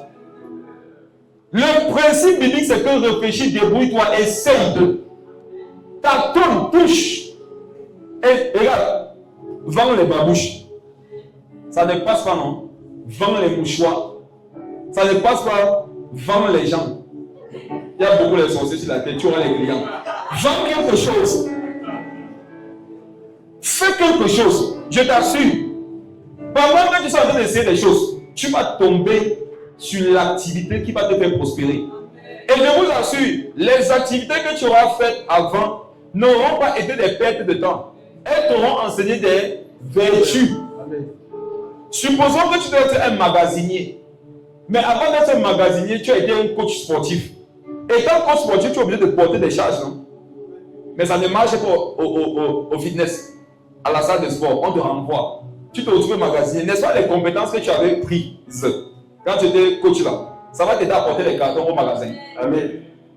On comprend par là que ça n'aurait pas été un échec, ton passage à la salle de sport. Ça aura été une opportunité d'être un meilleur magasinier. Tout ce par contre vous avez passé, mais vous pouvez vous appuyer dessus pour réussir. Et vous dit, Sambala, Tobidja, Bichel, Dieu n'a pas fermé le bouche à la parole. Ils vont parler. Et parfois, ça peut même être des chrétiens qui vont te faire des remarques. Mais en fait, tu sens que ces remarques-là te découragent. Lorsque vous parlez avec des personnes, vous avez l'impression que généralement, quand vous parlez avec elles, après, vous êtes découragé. Ne parlez plus avec ces personnes. Même s'ils lisent la Bible, même s'ils parlent en langue. Il y a dans le regard qu'ils ont sur ton activité, ça te décourage. Une sœur vend les jus. Même la façon dont tu te comportes envers elle, ce sont des messages que vraiment tu vas échouer. Faites attention. Hein. J'ai expliqué ici vendredi qu'un père, une mère, c'est quelqu'un qui sait pousser son enfant. Quelque chose que son enfant fait. Un chrétien normal, un bon frère, un vrai frère. Quand tu as ton frère, ta soeur qui s'est débrouillée dans la vie, il vend un article à 500. Tu ne lui fais pas, tu n'achètes pas à 5 000, tu lui fais une offrande. Tu pries pour que ça marche. Regardez mes frères, il y a des petites offrandes et des paroles qui bénissent le commerce des gens. Toi, qu'est-ce que tu fais? Depuis que ta soeur, c'est combien alors? Sorcellerie. Vous qui discutez sur le prix, des gens qui commencent de petites activités là, vous n'êtes pas gentil. Et quand on voit souvent le prix qu'on t'a donné, tu discutes encore. C'est un crime contre l'humanité. Ce n'est pas quand le truc coûte 100 000 et tu dis que est-ce que je peux pas avoir ça à 90 000, ça va te mettre en difficulté. Non! Les chips. Que pour faire Bertrand? Comment? Si je prends pour 1000 francs, tu ajoutes combien de paquets? Emma, Auréole. Si je prends 2 bouteilles de jus, tu fais comment? Tu me mets une autre bouteille au-dessus, non? C'est ta soeur, non? Non, tu n'es pas ta soeur, tu es son envoyé de destruction. Mais, regarde, bois son jus, non? Même si ce n'est pas bon comme tu aimes. Dis-moi ton jus si c'est bon, mais fais un peu comme ça. Pas que, et qui, ça ça vraiment. Tu peux faire des remarques, non, mais qu'est-ce que tu as comme comportement avant? C'est ça qui détermine si ta remarque va venir l'aider. On prend souvent le repas du Seigneur ici. L'équipe de cuisine a passé le temps à souffrir pendant la journée. Dès que tu manges, il y a trop de sel. C'est la première chose que tu as constatée. Tu es méchant. Tu t'es assis, tu t'es chez toi, les gens ont fait à manger, ils sont venus te donner. Premièrement, il y a trop de sel. Tu as même dit, mais il y a des gens, la reconnaissance, merci, vous posez plus dit. Il y a des gens, mes frères, regardez, parfois il y a des services et des choses qu'on accepte, non? C'est pour encourager l'autre. C'est pas trop comme si on aime ça. C'est pas comme si ça nous plaît trop. Il y a le sel, non? Regarde, manger ça à cause de son sacrifice. C'est pas ça qui va venir de l'hypertension. Si ça veut me l'hypertension, c'est qu'il y a dans toi. Il fallait seulement que le sel a bien manifesté ça. Supporte de manger ça par amour. Après, maintenant, on dit que ma soeur c'était bon. Mais tu étais trop amoureuse. Pourquoi? Le sel a un peu. Amen. Mais au moins, quand tu dis ça, quand le plat est vide, on comprend. Non? Pas que tu veux de le plat, tu dis que ma soeur vraiment le sel. Le sel. Vous savez souvent ce que moi j'ai fait. Je suis parti, j'étais en cachette. Après, vers le plat, je dis que. Si quelqu'un le fait, sa vie de jeune va mourir. Le père. Alors qu'il est génie. Il faut savoir encourager les gens. Amen. Regardez, le découragement, c'est un ennemi farouche. Vous n'avez pas idée. Mes frères et sœurs, vous pouvez avoir une voiture. Amen. Un jet privé. Mais vous n'arrivez pas à aller en France. Il faut une volonté pour prendre la voiture de ta maison pour ton aéroport personnel. Il faut une volonté pour entrer dans l'avion et demander au pilote d'aller en France. Tu peux avoir tout à ta disposition, mais le découragement te casse. Il y en a aussi, ils n'avaient vraiment rien à leur disposition. Mais le courage, l'abnégation, la mentalité de faire des efforts, l'amour de l'effort du travail, ça n'est donc d'arriver quelque part de réussir. Amen. Amen. Est-ce que quelqu'un va dire que est-ce que ça c'est l'évangile? C'est l'évangile. Amen. C'est l'évangile. Ça c'est la parole de Dieu. Dieu a travaillé du premier jour au 7e. Amen. Tu finis l'église comme ça. Qui t'a dit que le dimanche on ne peut pas travailler? C'est le jour du Seigneur. Et le lundi c'est le jour de Satan. Dans ce cas, quitte la terre le lundi à samedi. Tu réapparais le dimanche. Parce que c'est le jour du Seigneur, les autres jours c'est le jour du diable. Si ton programme et ton énergie te le permet, et ça doit te le permettre, quand on finit le culte, tu rentres. S'il y a des choses que tu peux faire pour déjà jouer sur la journée de lundi, tu le fais. Tu as été professeur, tu as fait, je ne sais pas quoi, les neiges, on ne t'a pas recruté. Improvise-toi répétiteur. Ce que la vie ne te donne pas, prendre. Amen. Marchez dans les maisons des gens, dis que s'il n'y a pas les enfants ici à répéter. Savez-vous que les répétiteurs souvent gagnent plus que les professeurs? Les vrais répétiteurs gagnent plus que les professeurs. Il y en a ici qui ont des compétences magnifiques en mathématiques, physique, chimie. Ils prient en langue. Seigneur, ouvre-moi la porte de l'école normale. Il oublie qu'il a 45 ans. École normale, tu vas partir faire quelque chose avec 45 ans. Marche là-bas dans la maison. Je t'assure, première année, deuxième année, tu n'auras pas beaucoup d'élèves. Mais au fur et à mesure que tu vas avoir du résultat avec les élèves, forcément on va parler de toi. Et tu vas arriver quelque part. Et je vous répète ce que je vous avais dit. Les Africains veulent tout réussir rapidement. C'est pour ça qu'ils entrent beaucoup dans la sorcellerie. Toi, tu as commencé les répétitions en 2026. Tu vas te poser en 2026. Tu as vu ça où? C'est possible, mais quelqu'un de sérieux se dit que je me donne 5 ans. Amen. Je vais être un doyen dans les répétitions ici à Yaoundé. Il y a des gens aujourd'hui qui ont des centres de répétition. Les gens poursuivent et parfois ils refusent les élèves. C'est devenu toute une école même. Parce qu'il a aussi il a son administration, il a ses professeurs. Il passe parfois seulement pour contrôler. Quand il gare la voiture, on dit que c'est la voiture du répétiteur. Ce n'est pas la voiture du proviseur. J'ai un enfant, un petit là, c'est vrai qu'aujourd'hui, il est comme ça un peu par rapport à la foi. Que j'avais converti, baptisé. Il a vendu le poisson là-bas à Bonas, poisson brisé. Il a vendu le popcorn, il a tout fait. Aujourd'hui, je vous parle là, le petit frère là, c'est un millionnaire. Il a les centres de formation pour les langues allemandes. Alors, il est en Allemagne. Il a vu me voir des gens qui veulent qu'on fasse. Il y a que petit nom. Il est long aujourd'hui. Il a vu il était comme son père pendant beaucoup d'années. Et sa soeur. Ils ont progressé. Aujourd'hui, là, petit frère est trop loin. Il s'est débrouillé. Il dit poisson brésil, il a fait. J'avais acheté une machine de popcorn. Il a mis ça chez lui. Et il a tout fait. Ah, tu es là. Il est intelligent à l'école. Oui. Tous les diplômes qu'il a eu, ça lui a servi à rien. Regardez. Voilà Caleb, non? Il est parti chercher un petit au Nigeria pour le former, alors que tu étais là. Vous n'êtes même pas un peu sage. Caleb est parti, lui, au Nigeria, chercher un enfant qui va apprendre le travail. Dans 4 ans, il va libérer l'enfant là.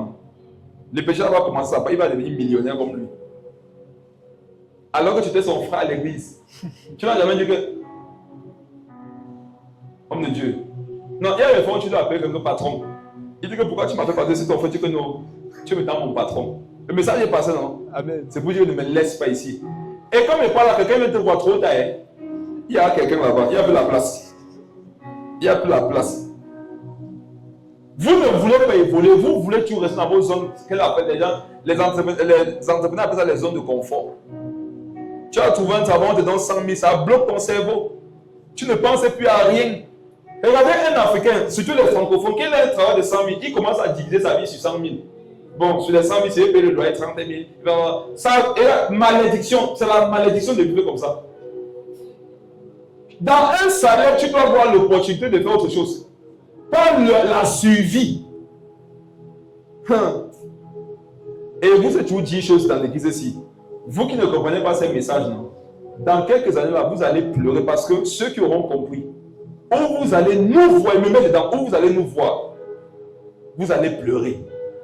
Et on n'aura pas été favorisé par Dieu, on aura simplement écouté et pratiqué. Et il y en a qui se croient trop beaux pour faire certaines activités. Il y en a qui se croient aussi trop vieux. Et te rappelle que quand la fête de l'âge là vient dans ton esprit, qui a envie de te parler? Sambala. Le Dieu de la lune du temps. Regarde. Amen. Continuons, allons au chapitre 5. Au chapitre 4, on a vu comment quelqu'un qui était élevé à Babylone ne se lavait pas. On a vu ça ensemble. Néhémie, le chapitre 4, verset 23. Et nous ne quittions point nos vêtements, ni moi, ni mes frères, ni mes serviteurs, ni les hommes de garde qui me suivaient. Chacun n'avait que ses armes et de l'eau. Néhémie, à un moment donné dans sa vie, malgré le fait qu'il avait de l'argent, il buvait seulement de l'eau. Ça veut dire qu'il faisait des économies pour investir dans son chantier. Mon mécanicien, non, il n'est jamais vu propre, peut-être 2 fois. Innocent. Et quand il dit propre là, c'est aussi que c'est qu'il est moins sale. C'est pas qu'il est vraiment propre. Il y a les gens qui sont toujours sales. Ça fait que le jour il est moins sale, je crois qu'il est propre. Un jour, je l'appelle parce que j'avais besoin de ses services. Il me dit qu'il est au champ. Après, il dit que le champ là, c'est quel champ? Il dit que c'est son terrain. Son nom en parlant, c'est un tombe sort. Il dit que tombe sort, c'est le terrain. Il dit que oui. Quand il m'a donné la superficie, oh, Jesus. J'ai voulu dire que tu appelles notre tournevis ou bien une clé qui peut se faire marcher avec toi. Tout serait toujours sale. En bas, l'huile du moteur se verse sur lui. Mais quand l'huile du moteur est salie, l'argent se lave dans sa vie. Quand il m'a donné la superficie, c'est ici à Yaoundé. À Yaoundé, c'est pas comme si c'est long les hommes. À Yaoundé. Et que très bien. Toi, tu es toujours nickel, quoi. Amen. C'est une bonne chose, hein. Mais il y a un temps pour être propre, non? Il y a un temps pour être sale. Et quand il faut être sale, il faut se salir. Amen. Voici Néhémie qui est la royauté. Et laissez-moi vous dire que Néhémie c'était un benguiste. Il vivait où? À Babylone. Il avait de l'argent, il est rentré au pays pour construire. Amen. Néhémie avait compris que même si tu es en Europe, c'est mieux de construire que chez vous. Parce que là-bas, tu ne seras jamais comme chez vous. Il dit parfois, nous ne quittions pas nos vêtements. Néhémie travaillait sur ce qu'il ne se lavait pas. Mais frère, c'est vous assure, pour une fois, je suis d'accord avec les frères. Mon frère, il y a le jour où tu dois tellement travailler. Les gars, tu as tout donné. Quand tu as comme ça, tu dis que 5 minutes de peu, je souffle. Après, je te laisse à 10 heures. Il faut que ça t'arrive souvent. Il y a un sommet là qui n'est que pour les travailleurs. Il y a un sommet là qui est profond. C'est pour les travailleurs. En fait, ce sont des personnes qui font tellement d'efforts. Ils donnent tout ce qu'ils ont pour réussir. Mais il y en a, la paresse fait que son sommeil est toujours léger. Combien tu as de dormir, non? Dès que le cafard tombe du plafond, à le réveil. Quand sa voisine, qui est à 2 km d'elle, appuie son téléphone pour décrocher l'appel, le son du décrochage, ça la réveille. Tellement tu as de l'énergie et tu veux dormir avec ça. L'énergie ne peut pas dormir. C'est ça que l'énergie est toujours éveillée. Vous qui avez remarqué que vos sommeils ne sont pas souvent profonds, c'est la paresse qui fait ça. Il y a un temps pour dormir, un temps pour se réveiller. Néhémie ne se lavait pas souvent. Il dit on avait que quoi? Chacun avait ses armes et de l'eau. Donc Néhémie pouvait manger ce qu'il voulait, mais souvent c'était que de l'eau. Parce qu'il n'y avait pas de temps pour aller acheter le pain là-bas pour manger. Tu dois tellement travailler dans ta vie que parfois tu oublies de manger, c'est important. Tu penses toujours à la nourriture, alors que souvent c'est la nourriture qui doit penser à toi. Amen.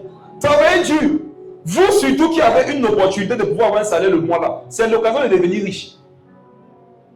Tu as 100 000, ne vis pas sur 100 000, vis sur 50 000, investis 50 000. C'est ça qui a enseigné ça aux gens. Que quand tu as un salaire, tu dois vivre sur tout ton salaire. Regardez, je dis à quelqu'un ici qui veut déménager que non. Vérifie si c'est le moment de déménager. Ne déménagez pas pour déménager. On ne déménage pas vite. C'est pas parce que tu as la possibilité d'avoir une maison de 4 chambres que tu dois aller louer une maison de 4 chambres. Si 2 chambres te suffisent, non, prends la maison de 2 chambres.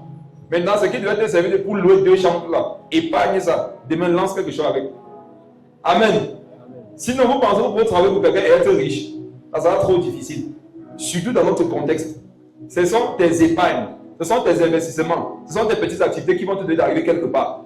Sinon, le système de salaire est fait de telle façon que tu puisses vivre et avoir besoin de venir travailler pour vivre encore. Et c'est la vie des animaux là-bas. Travailler pour vivre.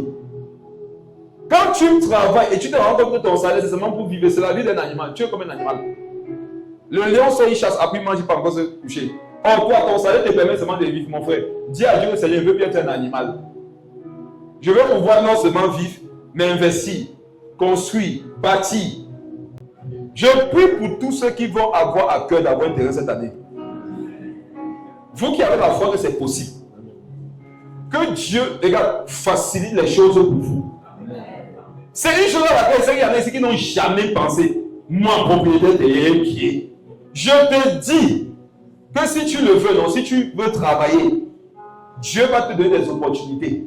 Et tu pourras avoir ton terrain cette année. Minimum 500 mètres carrés. Amen. Avant le 1er janvier 2027. Tu vas témoigner lors de la veillée de traversée. Quand Joan avait dit que, alors il vous parle, je viens de finir la rente de mon terrain. Et on n'avait pas les 500 mètres carrés, j'ai plutôt eu 1000 mètres carrés. Et on va acclamer Dieu. Amen. Demandez à tous ceux qui ont un terrain, même quand ils n'ont pas construit. Le sommeil n'est pas le même que celui qui loue seulement. Je vous dis. Souvent, quand tu as le terrain, tu dors comme ça. Ton terrain te dit que regarde un peu mes papiers, tu te lèves un peu la vie. Tu prends un peu les papiers, tu regardes un peu la forme de ton terrain. Tu es seul, hein? Tu feuillettes un peu, tu connais à tout sur le dessin, mais tu regardes encore un peu. Amen. C'est bien de réussir. Pourquoi on va cacher ça aux chrétiens? Pourquoi on va vouloir te dire que ton sourire doit se mettre parce que tu as Jésus? Non. Il y a un sourire que Jésus donne par le terrain. Il y a un sourire que Jésus donne par un bien matériel. Et tu dois chercher ta part. Même si tu dis que Jésus revient demain, non? Au moins si tu as le temps aujourd'hui, tu auras passé une journée en joie avant qu'il ne revienne demain. Maintenant, s'il vient dans un an, on fait comment? Les disciples dans Actes des Apôtres avaient vendu tout ce qu'ils avaient passé. Ils disaient que Jésus revient le lendemain. Voici ça qu'il n'est pas toujours venu. Il y a eu des difficultés au milieu de maintenant pour avoir la nourriture, c'était la bagarre. Puisqu'on est parti chez Pierre, que ça chauffe à l'église Pierre. Il va y avoir des divisions si tu ne viens pas. Pourquoi? Les hellénistes disaient que quand on partage la nourriture, on donne pas bien à nos femmes. Alors qu'avant, hier, les gars, c'était de gros riches. Ils avaient les propriétés, ils ont tout vendu. Ils déposaient le prix au pied des apôtres. Et les apôtres, ça, à l'époque, étaient ignorants, ils étaient aussi fiers de waouh, les gens sont le fardeau pour l'œuvre de Dieu. Amen. Ils divisaient ça selon les besoins. On comprend par là qu'une église à laquelle on est seulement en train de subvenir aux besoins des gens, ça va finir. L'église va s'éteindre. Je vous dis qu'une église à laquelle on est seulement en train de survivre, non? Étant donné que les temps vont devenir de plus en plus difficiles, vous allez vous éteindre. L'église doit générer des richesses. Amen. Pour pouvoir demeurer. Il y a une secte là qu'on appelle les Mormons. Quand tu vois comment ces gens évoluent dans le monde, ils prêchent quoi? Ils prêchent les fausses doctrines. Mais ils évoluent pourquoi? Parce qu'ils ont de l'argent. C'est la secte religieuse la plus riche au monde. On estime leur fortune à 300 milliards de dollars. Or, dans le monde, ils sont environ 13 millions seulement. Donc, 13 millions de personnes ont seulement pour les travaux, pour le fonctionnement de l'église, 300 milliards de dollars. On ne parle pas de ce qu'ils ont pour eux personnellement. Ça, c'est ce qui tourne dans l'église. Moi, dans le même lieu où je travaillais, que je vous disais, j'avais un collègue, Momon, il était homosexuel aussi. Je lui disais que chez les Momons, il m'a dit que non, il est là-bas pour l'argent. Je dis que waouh. Il dit que quand tu es Momon, prends soin de toi à tous les niveaux jusqu'à l'âge de 25 ans. Quand tu as 25 ans, on te libère pour que tu passes te faire ta vie. Sinon, avant ça, tous les voyages que vous voyez qu'ils font là, tout est payé. Je dis tout est géré. Ils font les écoles de haut niveau. Ils baissent les prix pour que les gens viennent fréquenter là-bas. Et pendant que tu fréquentes là-bas, on va te convertir au monde. Tu pars là-bas, tu vois une petite fille, elle est belle.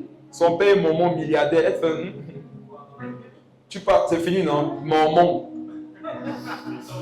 Il y a quelques années, il n'était que 1 million et quelques. Quelques temps après, ils sont à 13 millions. Qu'est-ce qui fait ça? C'est l'argent. Une église où on prie beaucoup, où il n'y a pas l'argent, évolue moins rapidement qu'une église où on prie peu, où il y a l'argent. Je ne pouvais pas dire ça avant, mais ma Bible m'a donné de comprendre que c'était le zèle qui faisait que je n'arrivais pas à dire ça. C'était un zèle amer. Est-ce que vous savez que dans certaines églises, peut-être même ici, on a besoin de prier toute la nuit pour que Dieu donne le loyer? Donc on prend 23 heures jusqu'à 6 heures. On prie, le bailleur va venir, le loyer. Après, avec 4 heures, comme on a trop souffert, la porte s'ouvre seule. Avec un instrumental. Il y a un ange qui entre, non? Un blanc d'abord, parce qu'il peut être noir, non? Est-ce un noir peut être un 5? Un blanc avec les ailes, non? Il a une enveloppe, ça. Il faut ça. L'enveloppe sort de ses mains, non? Ça plane vers nous comme ça. Là. Vous avez peur, mais comme je n'avais pas peur, j'attrape, non? On ouvre, on voit bien 450 livres. Et on se met à dire, on dit glorifions le Seigneur. Et ça devient un témoignage. On met ça sur Internet. Nous prions pour le loyer et Dieu a envoyé son ange. Il nous a donné 400 000, on a payé le loyer. Attends, glorifions Dieu. Là, c'est une leçon. Voilà un païen. Il est même, voilà un bon païen qui parle sur Internet. Un païen millionnaire, milliardaire, je ne sais pas, qui a des entreprises.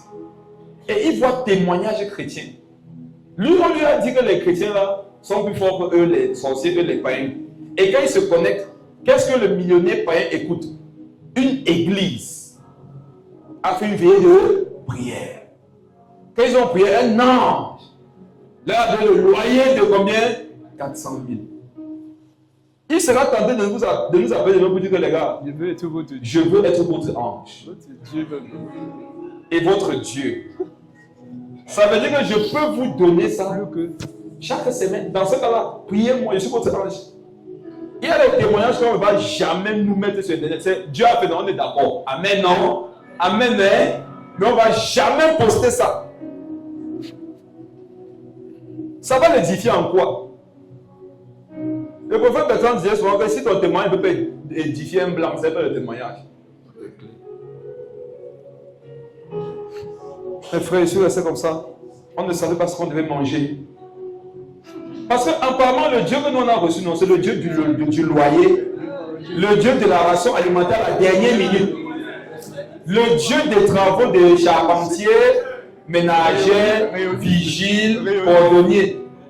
On était là comme ça à la maison, on ne savait pas ce qu'on allait manger. Et ma femme a commencé à perdre la foi. Je lui ai dit, tu sais, la parole dit, garde la foi.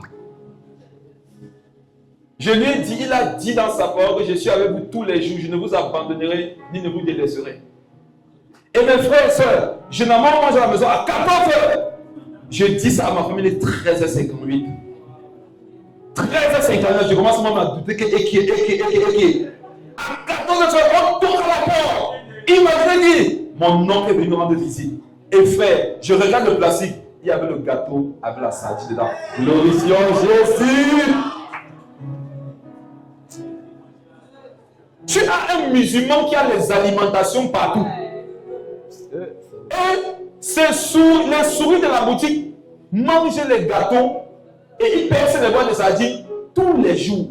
Mais dans les musulmans, les chrétiens glorifient Dieu pour le gâteau sardine.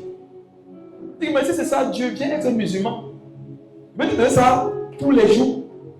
C'est pour ça que Dieu envoie les gens comme les Néhémies. Amen. Pour qu'on montre au monde que ce n'est pas une affaire seulement de ce que vous voyez là. Mettez-moi là-bas, Acte le chapitre 2, s'il vous plaît. Je vais vous montrer quelque chose. Dans la Strong, hein.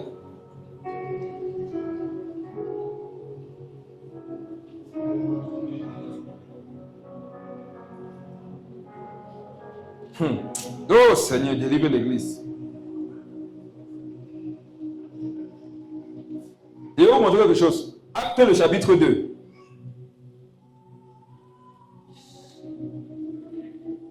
C'est acte 1 plutôt.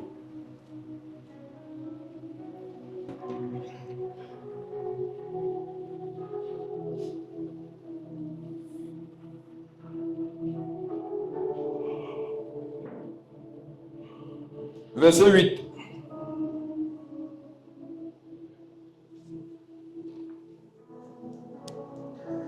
Acte 1, verset 8.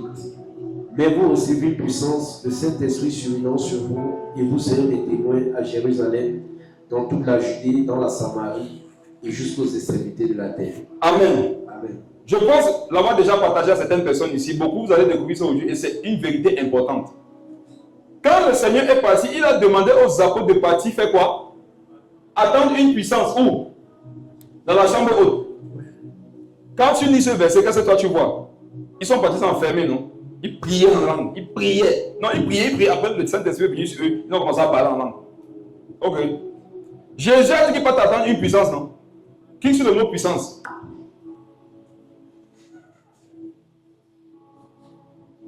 Jésus a dit, allez attendre une puissance et pas de faire l'œuvre de Dieu. Puissance. Dunamis. Dunamis. 1, 2, 3, 4, 5, 6. Lisons la 7e phrase. Est-ce que vous pouvez lire? Lisez fort. Pouvoir inhérent. Pouvoir et influence qui proviennent. Pouvoir et influence qui proviennent Des richesses. Donc, quand Jésus a demandé aux apôtres de partir prier, c'était pourquoi? C'était pour recevoir la puissance financière aussi. Or, toi, tu as trouvé que c'est pour aller recevoir le parler en langue, pour aller prêcher. Dans la puissance, là, ça veut dire dunamis, non? Dans dunamis, il y a la puissance financière. Pouvoir et influence qui proviennent des richesses. Parce que si tu n'as pas ça, à un niveau, non, l'évangile est bloqué. Jésus, dunamis a plusieurs manifestations. Jésus prêchait un jour avec Jean, il fallait qu'il passe le péage. Ils étaient puissants, ils avaient dunamis. Mais ce jour-là, la manifestation de dunamis qu'il fallait, c'était l'argent pour payer le péage. Ils n'avaient pas. Pierre a voulu se fâcher. Jésus a dit que non, on doit payer, va pécher. Autrement, tu vas chercher l'argent. Un chrétien qui a à cœur et qui a même soif d'être riche pour Dieu, il aspire à dunamis. Et dunamis, c'est ce que Dieu lui-même nous a demandé de partir attendre et pour aller, avant d'aller faire son œuvre. Toi qui as cœur, toi qui sens dans ton cœur d'être trop riche là, et il y a la voix de Sambala Tobidja, des gens qui te disent que c'est charnel, ce n'est pas de Dieu, c'est faux. Ouais. C'est être comme tu es là qui est spirituel. Chrétien du 21e siècle, je vous assure, aspirer à la richesse. Et pas à une petite richesse. Regardez, rêvez. Restez chez vous comme ça, non? Imaginez-vous avoir les milliards. Ce que vous pouvez faire ça pour l'œuvre de Dieu. Amen. Mais vraiment, il rêve. Imaginez que dans nos évangélisations, on a ton camion là. On est parti prêcher à Chapelle-au-Béli un jour, à un autre petit bar mobile. Les gars du Katios sont passés avec le camion. Et les filles nues derrière. On était là au carrefour avec le bar. Repentez-vous. Et si vous êtes. Satan a dit aux gars que dans la promotion de l'impudicité qu'il va avoir jeudi, non? Passez à Chapelle-au-Béli. Quand les gars étaient à Bonas, on n'entendait plus bien ce que nous on dit. Les filles sont nues, nous on savait que c'est quoi. On se dit, on va se mettre à cette là. Je dis des filles, quand on part, les nues, mes frères. Le Seigneur s'est arrêté. Ça d'abord tué peut-être 8 frères qui étaient sur le terrain. Le reste des frères qui étaient en vie, on ne les écoutait plus. C'était lui qui avait le micro. Je lui ai dit que c'est comment? Attends d'abord, il passe. J'ai dit au prophète, toi et ton Jésus, pause. Tu as vu Satan? Satan passe, respectons son passage. Le volume, non. Ça éteint tous les autres sons au carrefour. On ne nous écoutait plus. On était obligé d'entendre d'abord. Ils finissent de polluer l'atmosphère. Ils sont partis. C'est qu'ils sont partis que nous on pouvait encore. C'est ça qu'il faut là-bas. Ça truc. Mais ça, c'est vraiment la honte. C'est ça le monde d'aujourd'hui. Des publicitaires. Alors, c'est pas que tu as les nerfs. Quand on est venu de ton bar avec le vrai son. Mais pour que maintenant, les gens commencent à faire des recherches sur Internet. Sur les camions avec le barbecue qui peut dépasser pour le Katios. Il m'envoie la photo de ça avec le prix. 83 millions, il dit que tu envoies ça. C'est pourquoi pas t'acheter. 83 millions. Il regarde ça, c'est comme ce truc là, ça a fait des devenus fous.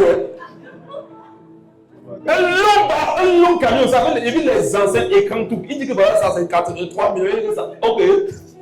C'est bon.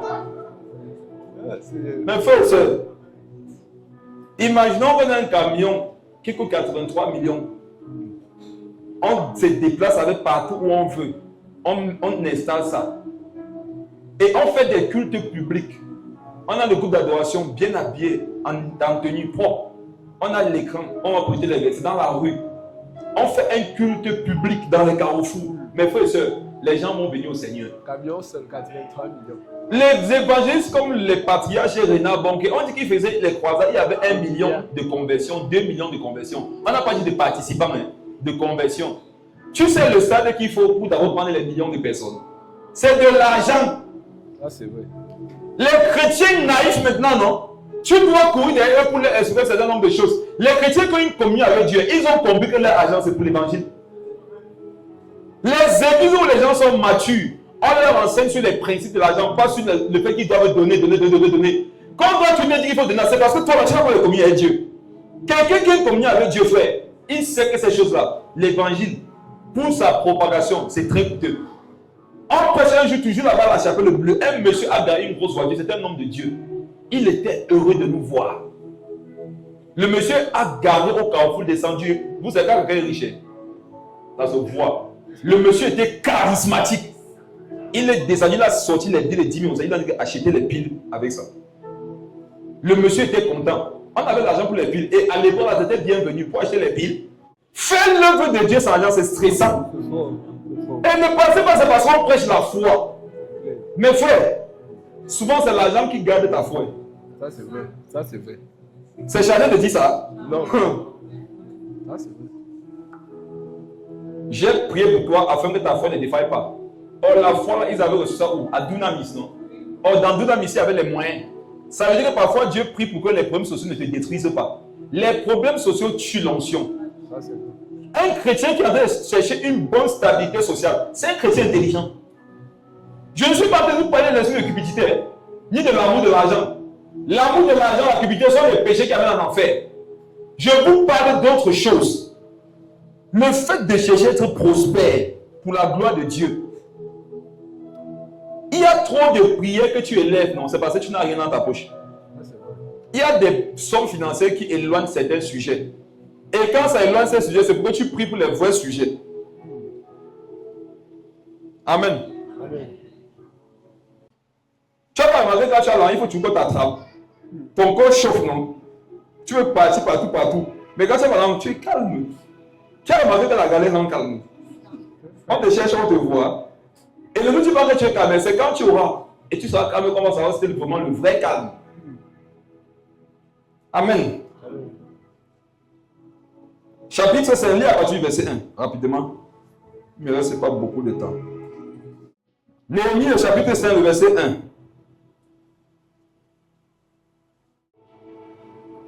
Néhémie chapitre 5, verset 1.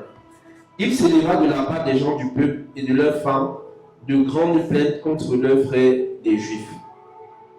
Les uns disaient, nous, nos fils et nos filles, nous sommes nombreux, qu'on nous donne du blé afin que nous mangions et que nous vivions. D'autres disaient, nous engageons nos champs, nos villes et nos maisons pour avoir du blé pendant la famine. D'autres disaient, nous avons emprunté de l'argent sur nos champs et nos villes pour le tribut du roi. Et pourtant notre chair est comme la chair de nos frères, nos enfants sont comme leurs enfants, et voici, nous soumettons à la servitude nos fils et nos filles. Et plusieurs de nos filles sont déjà réduites.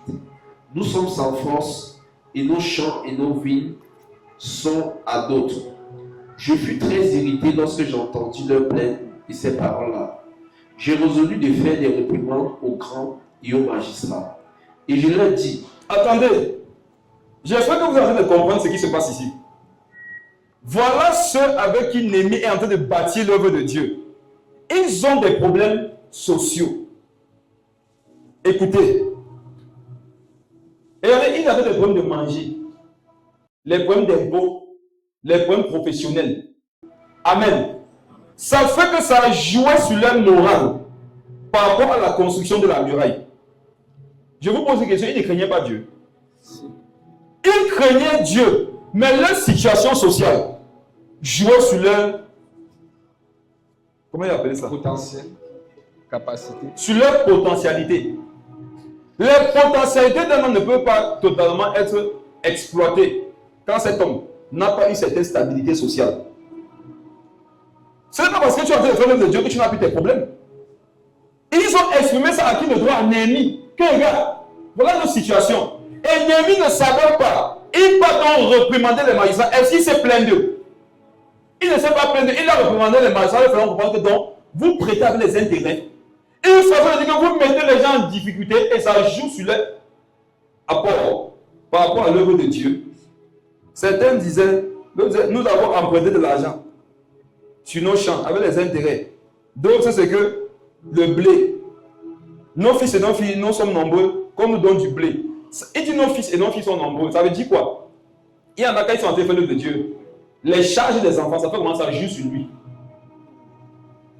Amen. Et vous posez une question. Vous pensez qu'elle peut venir comme ça, il prêche. Elle a force. Alors que mes 3 fils ce matin, je n'ai pas été capable de leur donner à manger. Souvent, la notion qui agit, ce n'est pas que j'ai prié, c'est que j'ai été capable de nourrir mes enfants. On est ensemble. Viens ici, non? Ouvre la Bible.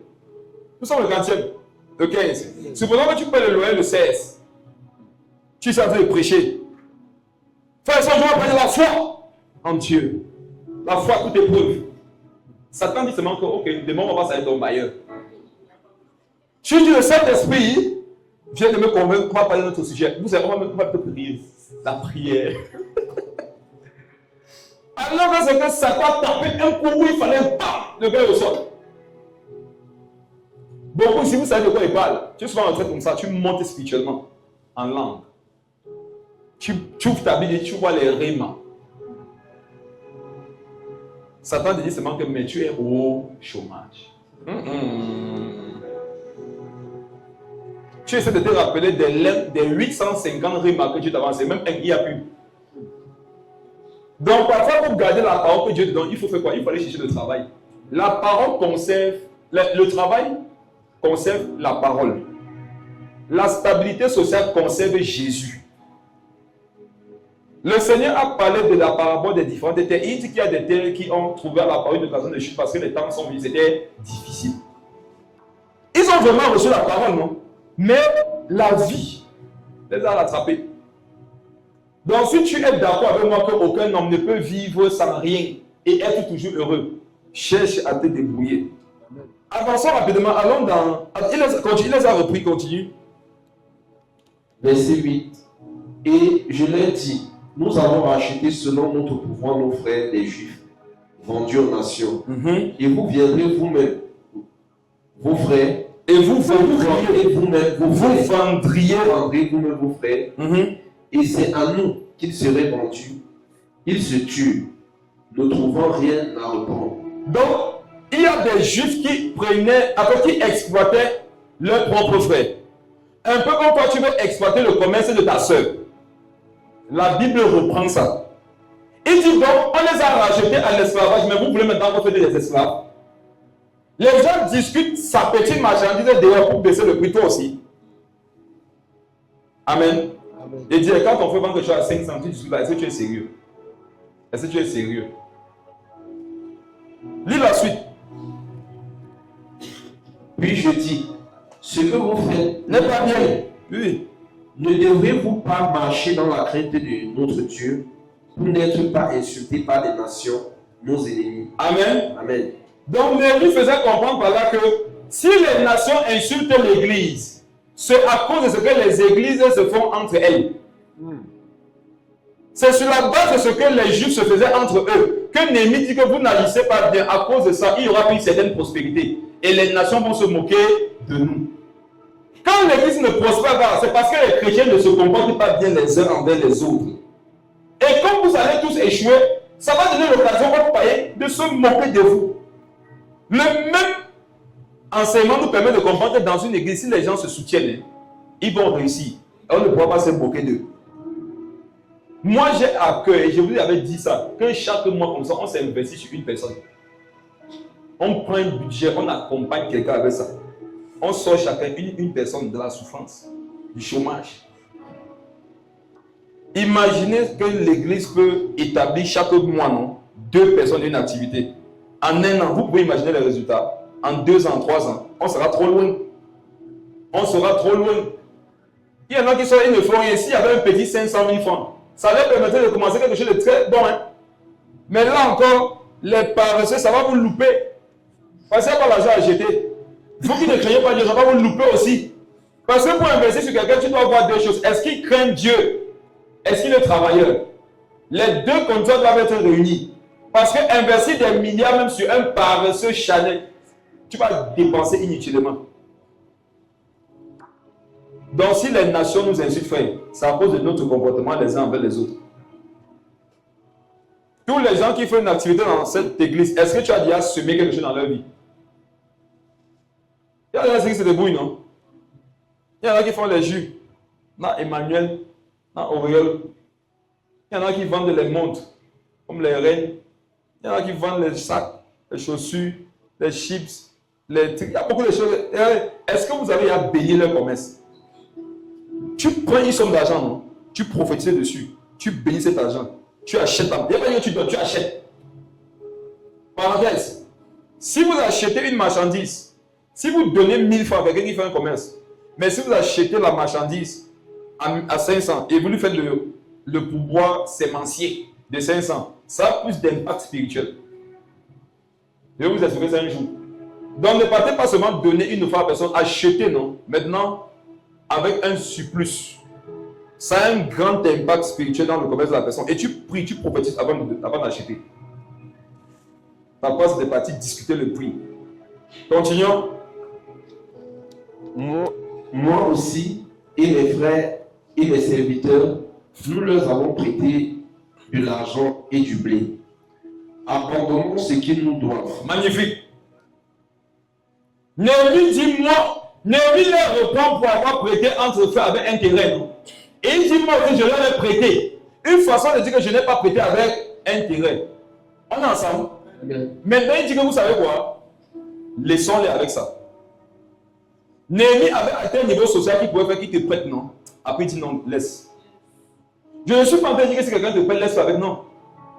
Si ton niveau social ne te permet pas de laisser à la personne, réclame ton argent. Mais il y a des personnes qui atteignent une dimension où ils savent que ce que tu lui dois, il n'a pas besoin de ça. Et quand c'est un frère, qu'est-ce que Néhémie dit? Abandonnons-le avec ce qu'ils nous doivent. Et je vous assure, mes frères et sœurs, c'est un poids énorme qui quitte sur la tête de quelqu'un lorsqu'il sait qu'il ne doit plus. Et c'est une bénédiction pour lui. Ça donne de respirer normalement encore. Moi, c'est une chose dont j'ai horreur. Les dettes. Quand tu dois, tu n'es pas libre. Je t'assure, tu vois les dettes dans ta nourriture. Dans l'eau, sous la douche. Parfois, tu vois ton enfant, tu vois ta dette, tu dis que, après tu vois que c'est l'enfant. Tu vois ça partout. On t'appelle, tu te dis, ah, qui m'appelle? Et ça peut me mettre la pression. Vous tous qui avez des dettes, non? Je proclame la parole sur vos vies. Que vos dettes soient abandonnées au nom de Jésus. Amen. Par deux méthodes. On va vous laisser avec. Ou alors, Dieu va vous donner rapidement la capacité de donner ce que vous devez. Amen. Je proclame ça sur ta vie au nom de Jésus. Amen. N'est pas libre quelqu'un qui est dans les dettes. Tu ne peux pas être épanoui comme il faut. Et ça aussi, ça joue sur l'œuvre de Dieu. Tu peux prêcher un message qui concerne un frère, mais il y a tellement de dettes. Quand tu prêches, ce que tu sais vrai, mais ça ne l'aide pas. Lui, il s'est rentré de péché, quelqu'un d'autre sorti ici, il fait comme avec la femme là. Imagine que tu sors de sa dette. Quand tu vas prêcher, ça va que tu vois sa Bible. Gloire au Seigneur. Amen. Amen. Amen. Donc, la réception de la parole dépose dans l'état d'endettement ou pas. Et l'église doit travailler, c'est que dans l'église, non, il n'y a pas de personne qui ait des dettes. Regarde, si un fournisseur te doit, si tu peux l'abandonner avec ça, abandonne-le, abandonne-la. Si tu ne peux pas, c'est ta liberté aussi. Si tu peux diminuer de moitié, diminue. Paul disait quoi, Onésime, à Philémon, si Onésime te doit, mets ça sur mon compte. Une fois, il dit qu'abandonne sa dette. Amen. Donc Néhémie prêtait sans intérêt et pas fait l'abandon. Lis la suite rapidement. Rendez-leur donc aujourd'hui leurs champs, leurs vignes, leurs oliviers et leurs maisons, et le centième de l'argent, du blé, du mou, de l'huile que vous avez exigé comme intérêt. Voici l'évangile. Comment ces gens pouvaient construire la muraille alors qu'ils savaient que leur terre appartient maintenant à quelqu'un? Ça faisait mal au cœur. Imagine que tu as passé ta vie à bâtir ta maison, maintenant à cause des difficultés, tu es obligé de solder ça. Et à un frère, le frère dit que bon, comme tu as des difficultés là, ta maison est donc comme ça. Ça c'est méchant. Tu dois même chercher comment aider ton frère de telle façon qu'il ne perde non pas seulement sa maison, mais que dans sa maison, il puisse avoir de quoi manger. C'est un appel à ne pas profiter les uns des autres dans l'église. Ce n'est pas parce que ne profite pas de la difficulté de quelqu'un. Surtout quand c'est un enfant de Dieu. Si tu veux collaborer avec un frère, avec une soeur, rassure-toi que ta vie améliore la sienne. Ne prends pas sa vie et tu l'exploites. Que bon, comme ta voiture dérange, donc 400 000 sur ça. Au lieu plutôt de l'aider à la réparer. La Bible dit qu'ils ont dit, nous les rendrons et nous ne leur demanderons rien. Nous ferons ce que tu dis. Alors j'appelais les sacrificateurs devant lesquels je les fis jurer de tenir parole. Et je secouai mon manteau en disant que Dieu secoue de la même manière hors de sa maison et de ses biens tout homme qui n'aura point tenu parole. Et qu'ainsi cet homme soit secoué, laissé à vide. Toute l'assemblée dit Amen. On célébra l'Éternel et le peuple tint parole. On comprend par là, mes frères et sœurs, il y a un manteau que Dieu libère pour les gens qui ont à cœur d'améliorer les conditions de vie de leurs frères et de leurs sœurs en Christ. Il y a un manteau pour eux. Et le même manteau juge ceux qui veulent profiter des autres. Il y a un manteau que Dieu va déployer sur ta vie. Quand il va te voir tout faire ce qui est en ton pouvoir pour aider les chrétiens à avancer dans la vie. Et les gens comme ça, vous assurez, vous ne pouvez pas les détruire. Ce sont les personnes les plus protégées par Dieu. Ceux qui se rassurent que la vie des autres s'améliore. Vous ne pouvez rien leur faire. Néhémie a levé son manteau. Et n'oubliez pas que son manteau, c'était un manteau royal. C'était un roi Néhémie. Oh Seigneur, aide cette église. Toute l'assemblée dit Amen. C'est ce qu'ils ont dit pour sceller la parole. Lisons la suite, alors qu'il me reste 2 minutes. Dès le jour où le roi m'établit le gouverneur dans le pays de Juda, depuis la 20e année jusqu'à la 32e année du roi Artaxerxès. Pendant 12 ans, ni moi ni mes frères n'avons vécu des revenus du gouverneur. Avant moi, les premiers gouverneurs accablaient le peuple et recevaient de lui du pain et du vin, outre 40 cycles d'argent. Leurs serviteurs même opprimaient le peuple. Je n'ai point agi de la sorte par la crainte de Dieu. Bien plus, j'ai travaillé à la réparation de cette muraille et nous n'avons acheté aucun champ. Wow. Et mes serviteurs tous ensemble étaient à l'ouvrage. Amen. Mes frères et moi, je prophétise que tu es la vie de Néhémie. Amen. Néhémie dit que pendant 12 ans, il n'a pas touché son salaire en tant que fonctionnaire. C'est ce que ça veut dire. Lui et ceux qui étaient lui pendant 12 ans. Vous savez le niveau de richesse qu'il faut atteindre pour ne pas toucher son salaire. Je prie que tu connais ça. Amen. Que tu aies tellement de revenus dans ta vie que ton salaire, non, tu laisses 12 ans. Amen. C'est fort.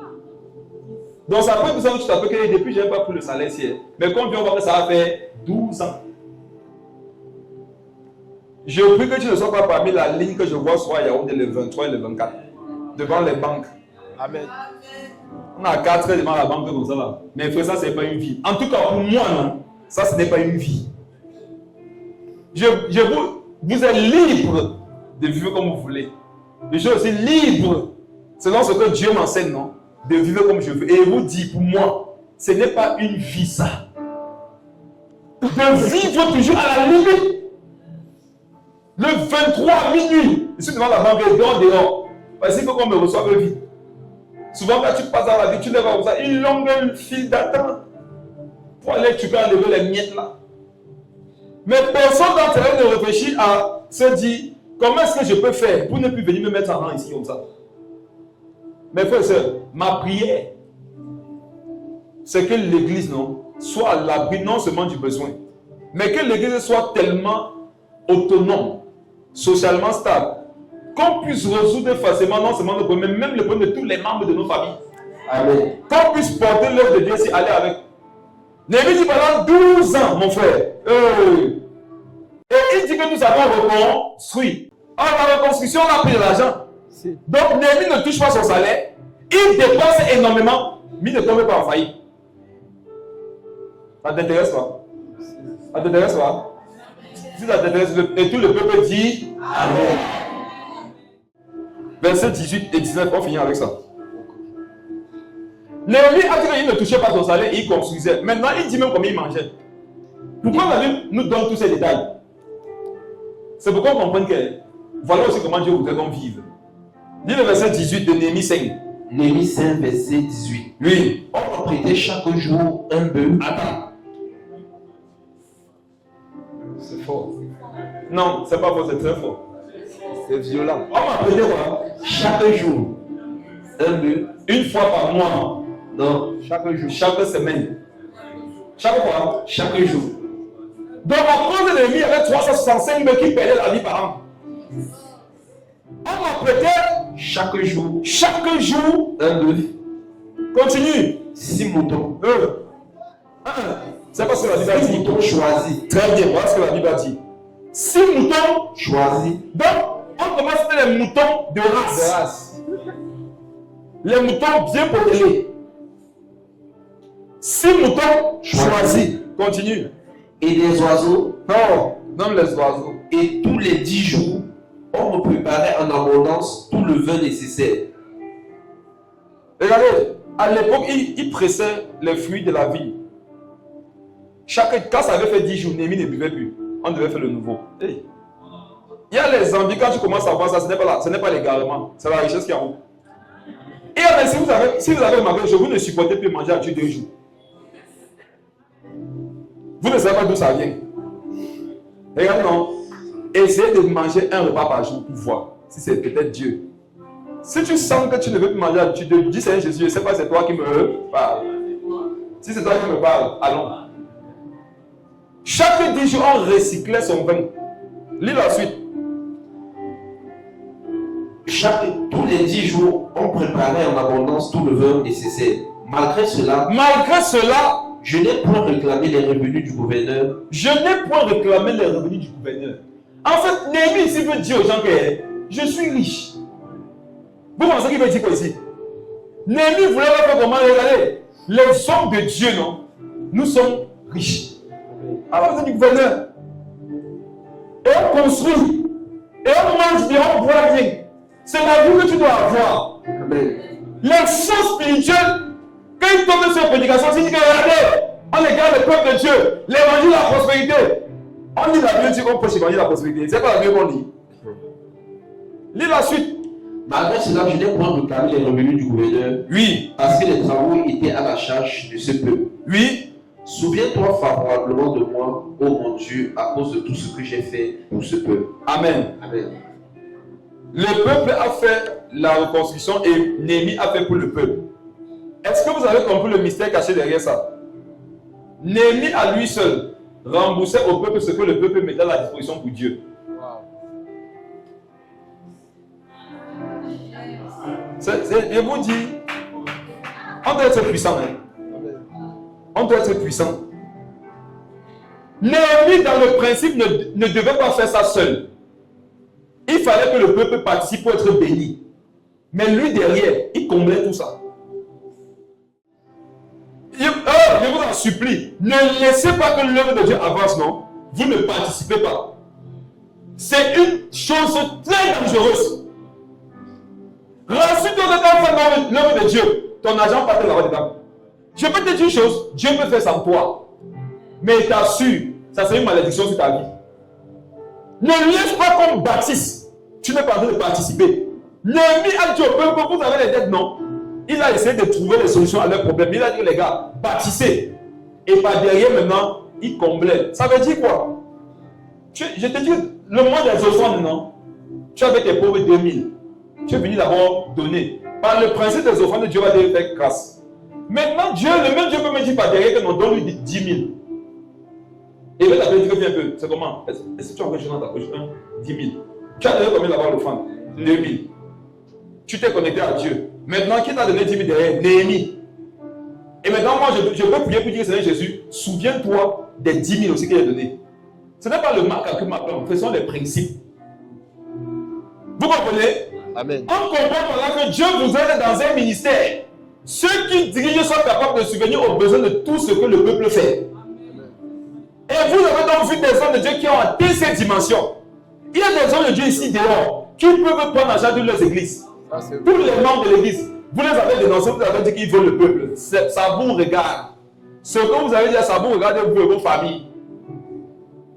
Vous pensez que Dieu va vous donner le même niveau social que quelqu'un qui porte son œuvre? Vous rêvez. Vous rêvez. Quelqu'un a 100 enfants à sa charge. Tu penses que tu vas lui donner le même salaire que quelqu'un qui en a 2? Tu rêves. Si tu as un enfant, Dieu va te donner la moto, non? Si quelqu'un a un enfant, Dieu va te donner le bus. Il n'y a pas de plus logique que ça. Il n'y a pas de plus logique. Oh, les pasteurs là, ils ont l'avion. Depuis quand ils passent à l'avion, hein, c'est les sorciers qui doivent avoir l'avion. Comme Satan dépasse Dieu là. C'est Satan qui peut avoir ça, mais Dieu ne peut pas avoir. Comment un passer à 10 maisons? C'est la rente des fidèles. Même sorcier peut avoir 10 maisons, c'est normal. Parce que Satan peut le bénir, mais Dieu ne peut pas bénir ses serviteurs. La Bible nous montre ici que si tu es sage, pendant qu'on est en train de construire la muraille, pendant qu'on est en train de lever l'église, investis-toi. Il faut être chalet pour que chaque jour vienne te dire que vraiment, il faut donner. Vous savez que non, ça c'est pour les gens chalets. Et je vous donne un conseil, vous les frères qui travaillent à côté de moi, ne faites pas ça aux gens. Laissez-les. Le jour où il va avoir une communion avec Dieu, ils vont comprendre ces choses-là. On a envie de mettre la pression. Que mes frères, si vous savez, vous n'avez pas bien donné dimanche passé, donnez encore fort. Il ne faut pas juste te dénoncer demain alors que ce que tu dis, c'est la vérité. Ne donnez pas. Non, pas donner. Et forcément, il vous assure, Dieu voit ceux qui sont en train de bâtir. Il y en a ici, vous protégez que vos intérêts personnels et vous utilisez Dieu comme un marabout. Donc Dieu doit te garder en santé, il doit te protéger, il doit veiller sur ta famille, il doit pouvoir ce que tu manques de rien. Mais quand c'est maintenant sa part, tu viens dans ton argent là, tu choisis d'avoir les vieux billets. Quand il dit les vieux billets, c'est comme si tu donnais 2 billets. Tu choisis le vieux billet. C'est le vieux billet là que tu prends. Les billets craquants, tu gardes à la maison. Les vieux billets, tu gardes. Un jour, au lieu de le vendre, Dieu m'a dit que trie les billets les plus propres. Je vous dis, avec trié les billets les plus propres, il était fier. Amen. Donner, on va enseigner sur les offrandes ici un jour pour les spirituels, pas pour les charnels. On ne donne pas à Dieu quelque chose qui ne nous coûte rien. On ne donne pas à Dieu quelque chose qui est malade. On va partager sur ces choses-là. Et vous savez pourquoi je vais partager sur ça avec vous? Parce que je l'ai promis à offrir triomphant. On a eu une conversation, il lui disait que bon, tu t'as peut-être dit qu'il faut qu'on enseigne un peu ces choses. Je vais enseigner un peu. Et quand tu dis pourquoi on n'enseigne pas sur ça, non? Parce que les gens sont mal affermis. Les chrétiens, dès que tu touches les sujets qui concernent l'argent, ils vont te donner tous les noms. Que vous voyez, non? Depuis 5 ans là, tout ce qu'il fait là, c'était pour tomber ici. Même si c'est détourné déjà. Les premières fois où le Père Jacques souvent faisait un appel aux cotisations, il n'a pas reçu quoi comme dénonciation. Où est le crime? En tout cas, Amen. Ils aiment quand tu dis que Dieu pouvoir pour eux, mais ils ne veulent pas pouvoir pour Dieu. On va prier. Dis à Dieu que tu veux être un ennemi pour l'église, un ennemi pour le Cameroun. C'est le seul sujet de prière. Dis à Dieu de faire de toi l'ennemi de ton église, l'ennemi de ton pays. Ça veut dire, dis à Dieu que tu veux être puissant pour lui, puissant pour sa gloire, pas pour tes intérêts et ceux de ta famille d'abord, d'abord pour Dieu. Dis à Dieu de te donner cet amour pour lui, qui consiste à mettre à son service tout ce que tu as, tout ce que tu es, et toutes tes capacités, tes talents, tes facilités, tes contacts. Seigneur Jésus, fais de nous ces ennemis pour l'église d'aujourd'hui. Oh Jésus, ton église bat parfois en retraite à cause du manque de ressources. Nous traînons souvent le pas parce qu'il n'y a pas, papa, la force matérielle et financière. Nous prions, nous jeûnons, mais ça ne suffit pas. Nous voulons que tu interviennes, Seigneur Jésus, pour compléter le travail que nous faisons pour toi, en pourvoyant financièrement, matériellement, par la main d'œuvre, afin que nous puissions bâtir ton église et que les âmes soient sauvées. Nous ne pouvons pas évangéliser, aider les pauvres, les veuves, les orphelins. Nous ne pouvons pas investir dans la vie des gens qui ont abandonné une mauvaise vie si nous n'avons pas de ressources financières. Jésus, toi qui sais prendre soin de ton église, ne vas pas prendre soin de ton église, je t'en supplie, au travers de nos vies. Augmente-nous. Que les gens ici aient des promotions. Que les gens ici, papa, développent des activités. Bénis par toi qui marcheront pour la gloire de ton nom. Enrichis-nous, Seigneur Jésus, afin que cette richesse soit remise dans ton œuvre. Donne-nous d'avoir plus de joie à donner qu'à recevoir. Merci Saint-Esprit au nom de Jésus. Je suis Néhémie. Je suis Néhémie. Je suis Néhémie pour la MSA. Je suis Néhémie pour le Cameroun. Je suis Néhémie pour ma famille. Je suis Néhémie pour mon quartier. Je suis Néhémie pour les générations à venir. Je suis Néhémie pour mes descendants. Je suis Néhémie pour mes parents. Je suis Néhémie pour mes collègues. Merci Saint-Esprit au nom de Jésus. Père, que le manteau de la grâce, de la faveur, de la richesse, de la prospérité matérielle, que le manteau qui donne de réussir les activités commerciales, professionnelles, que le manteau qui donne d'évoluer, que le manteau qui donne d'être stable dans la vie soit sur nous, au nom de Jésus. Amen. Acclamons le Seigneur.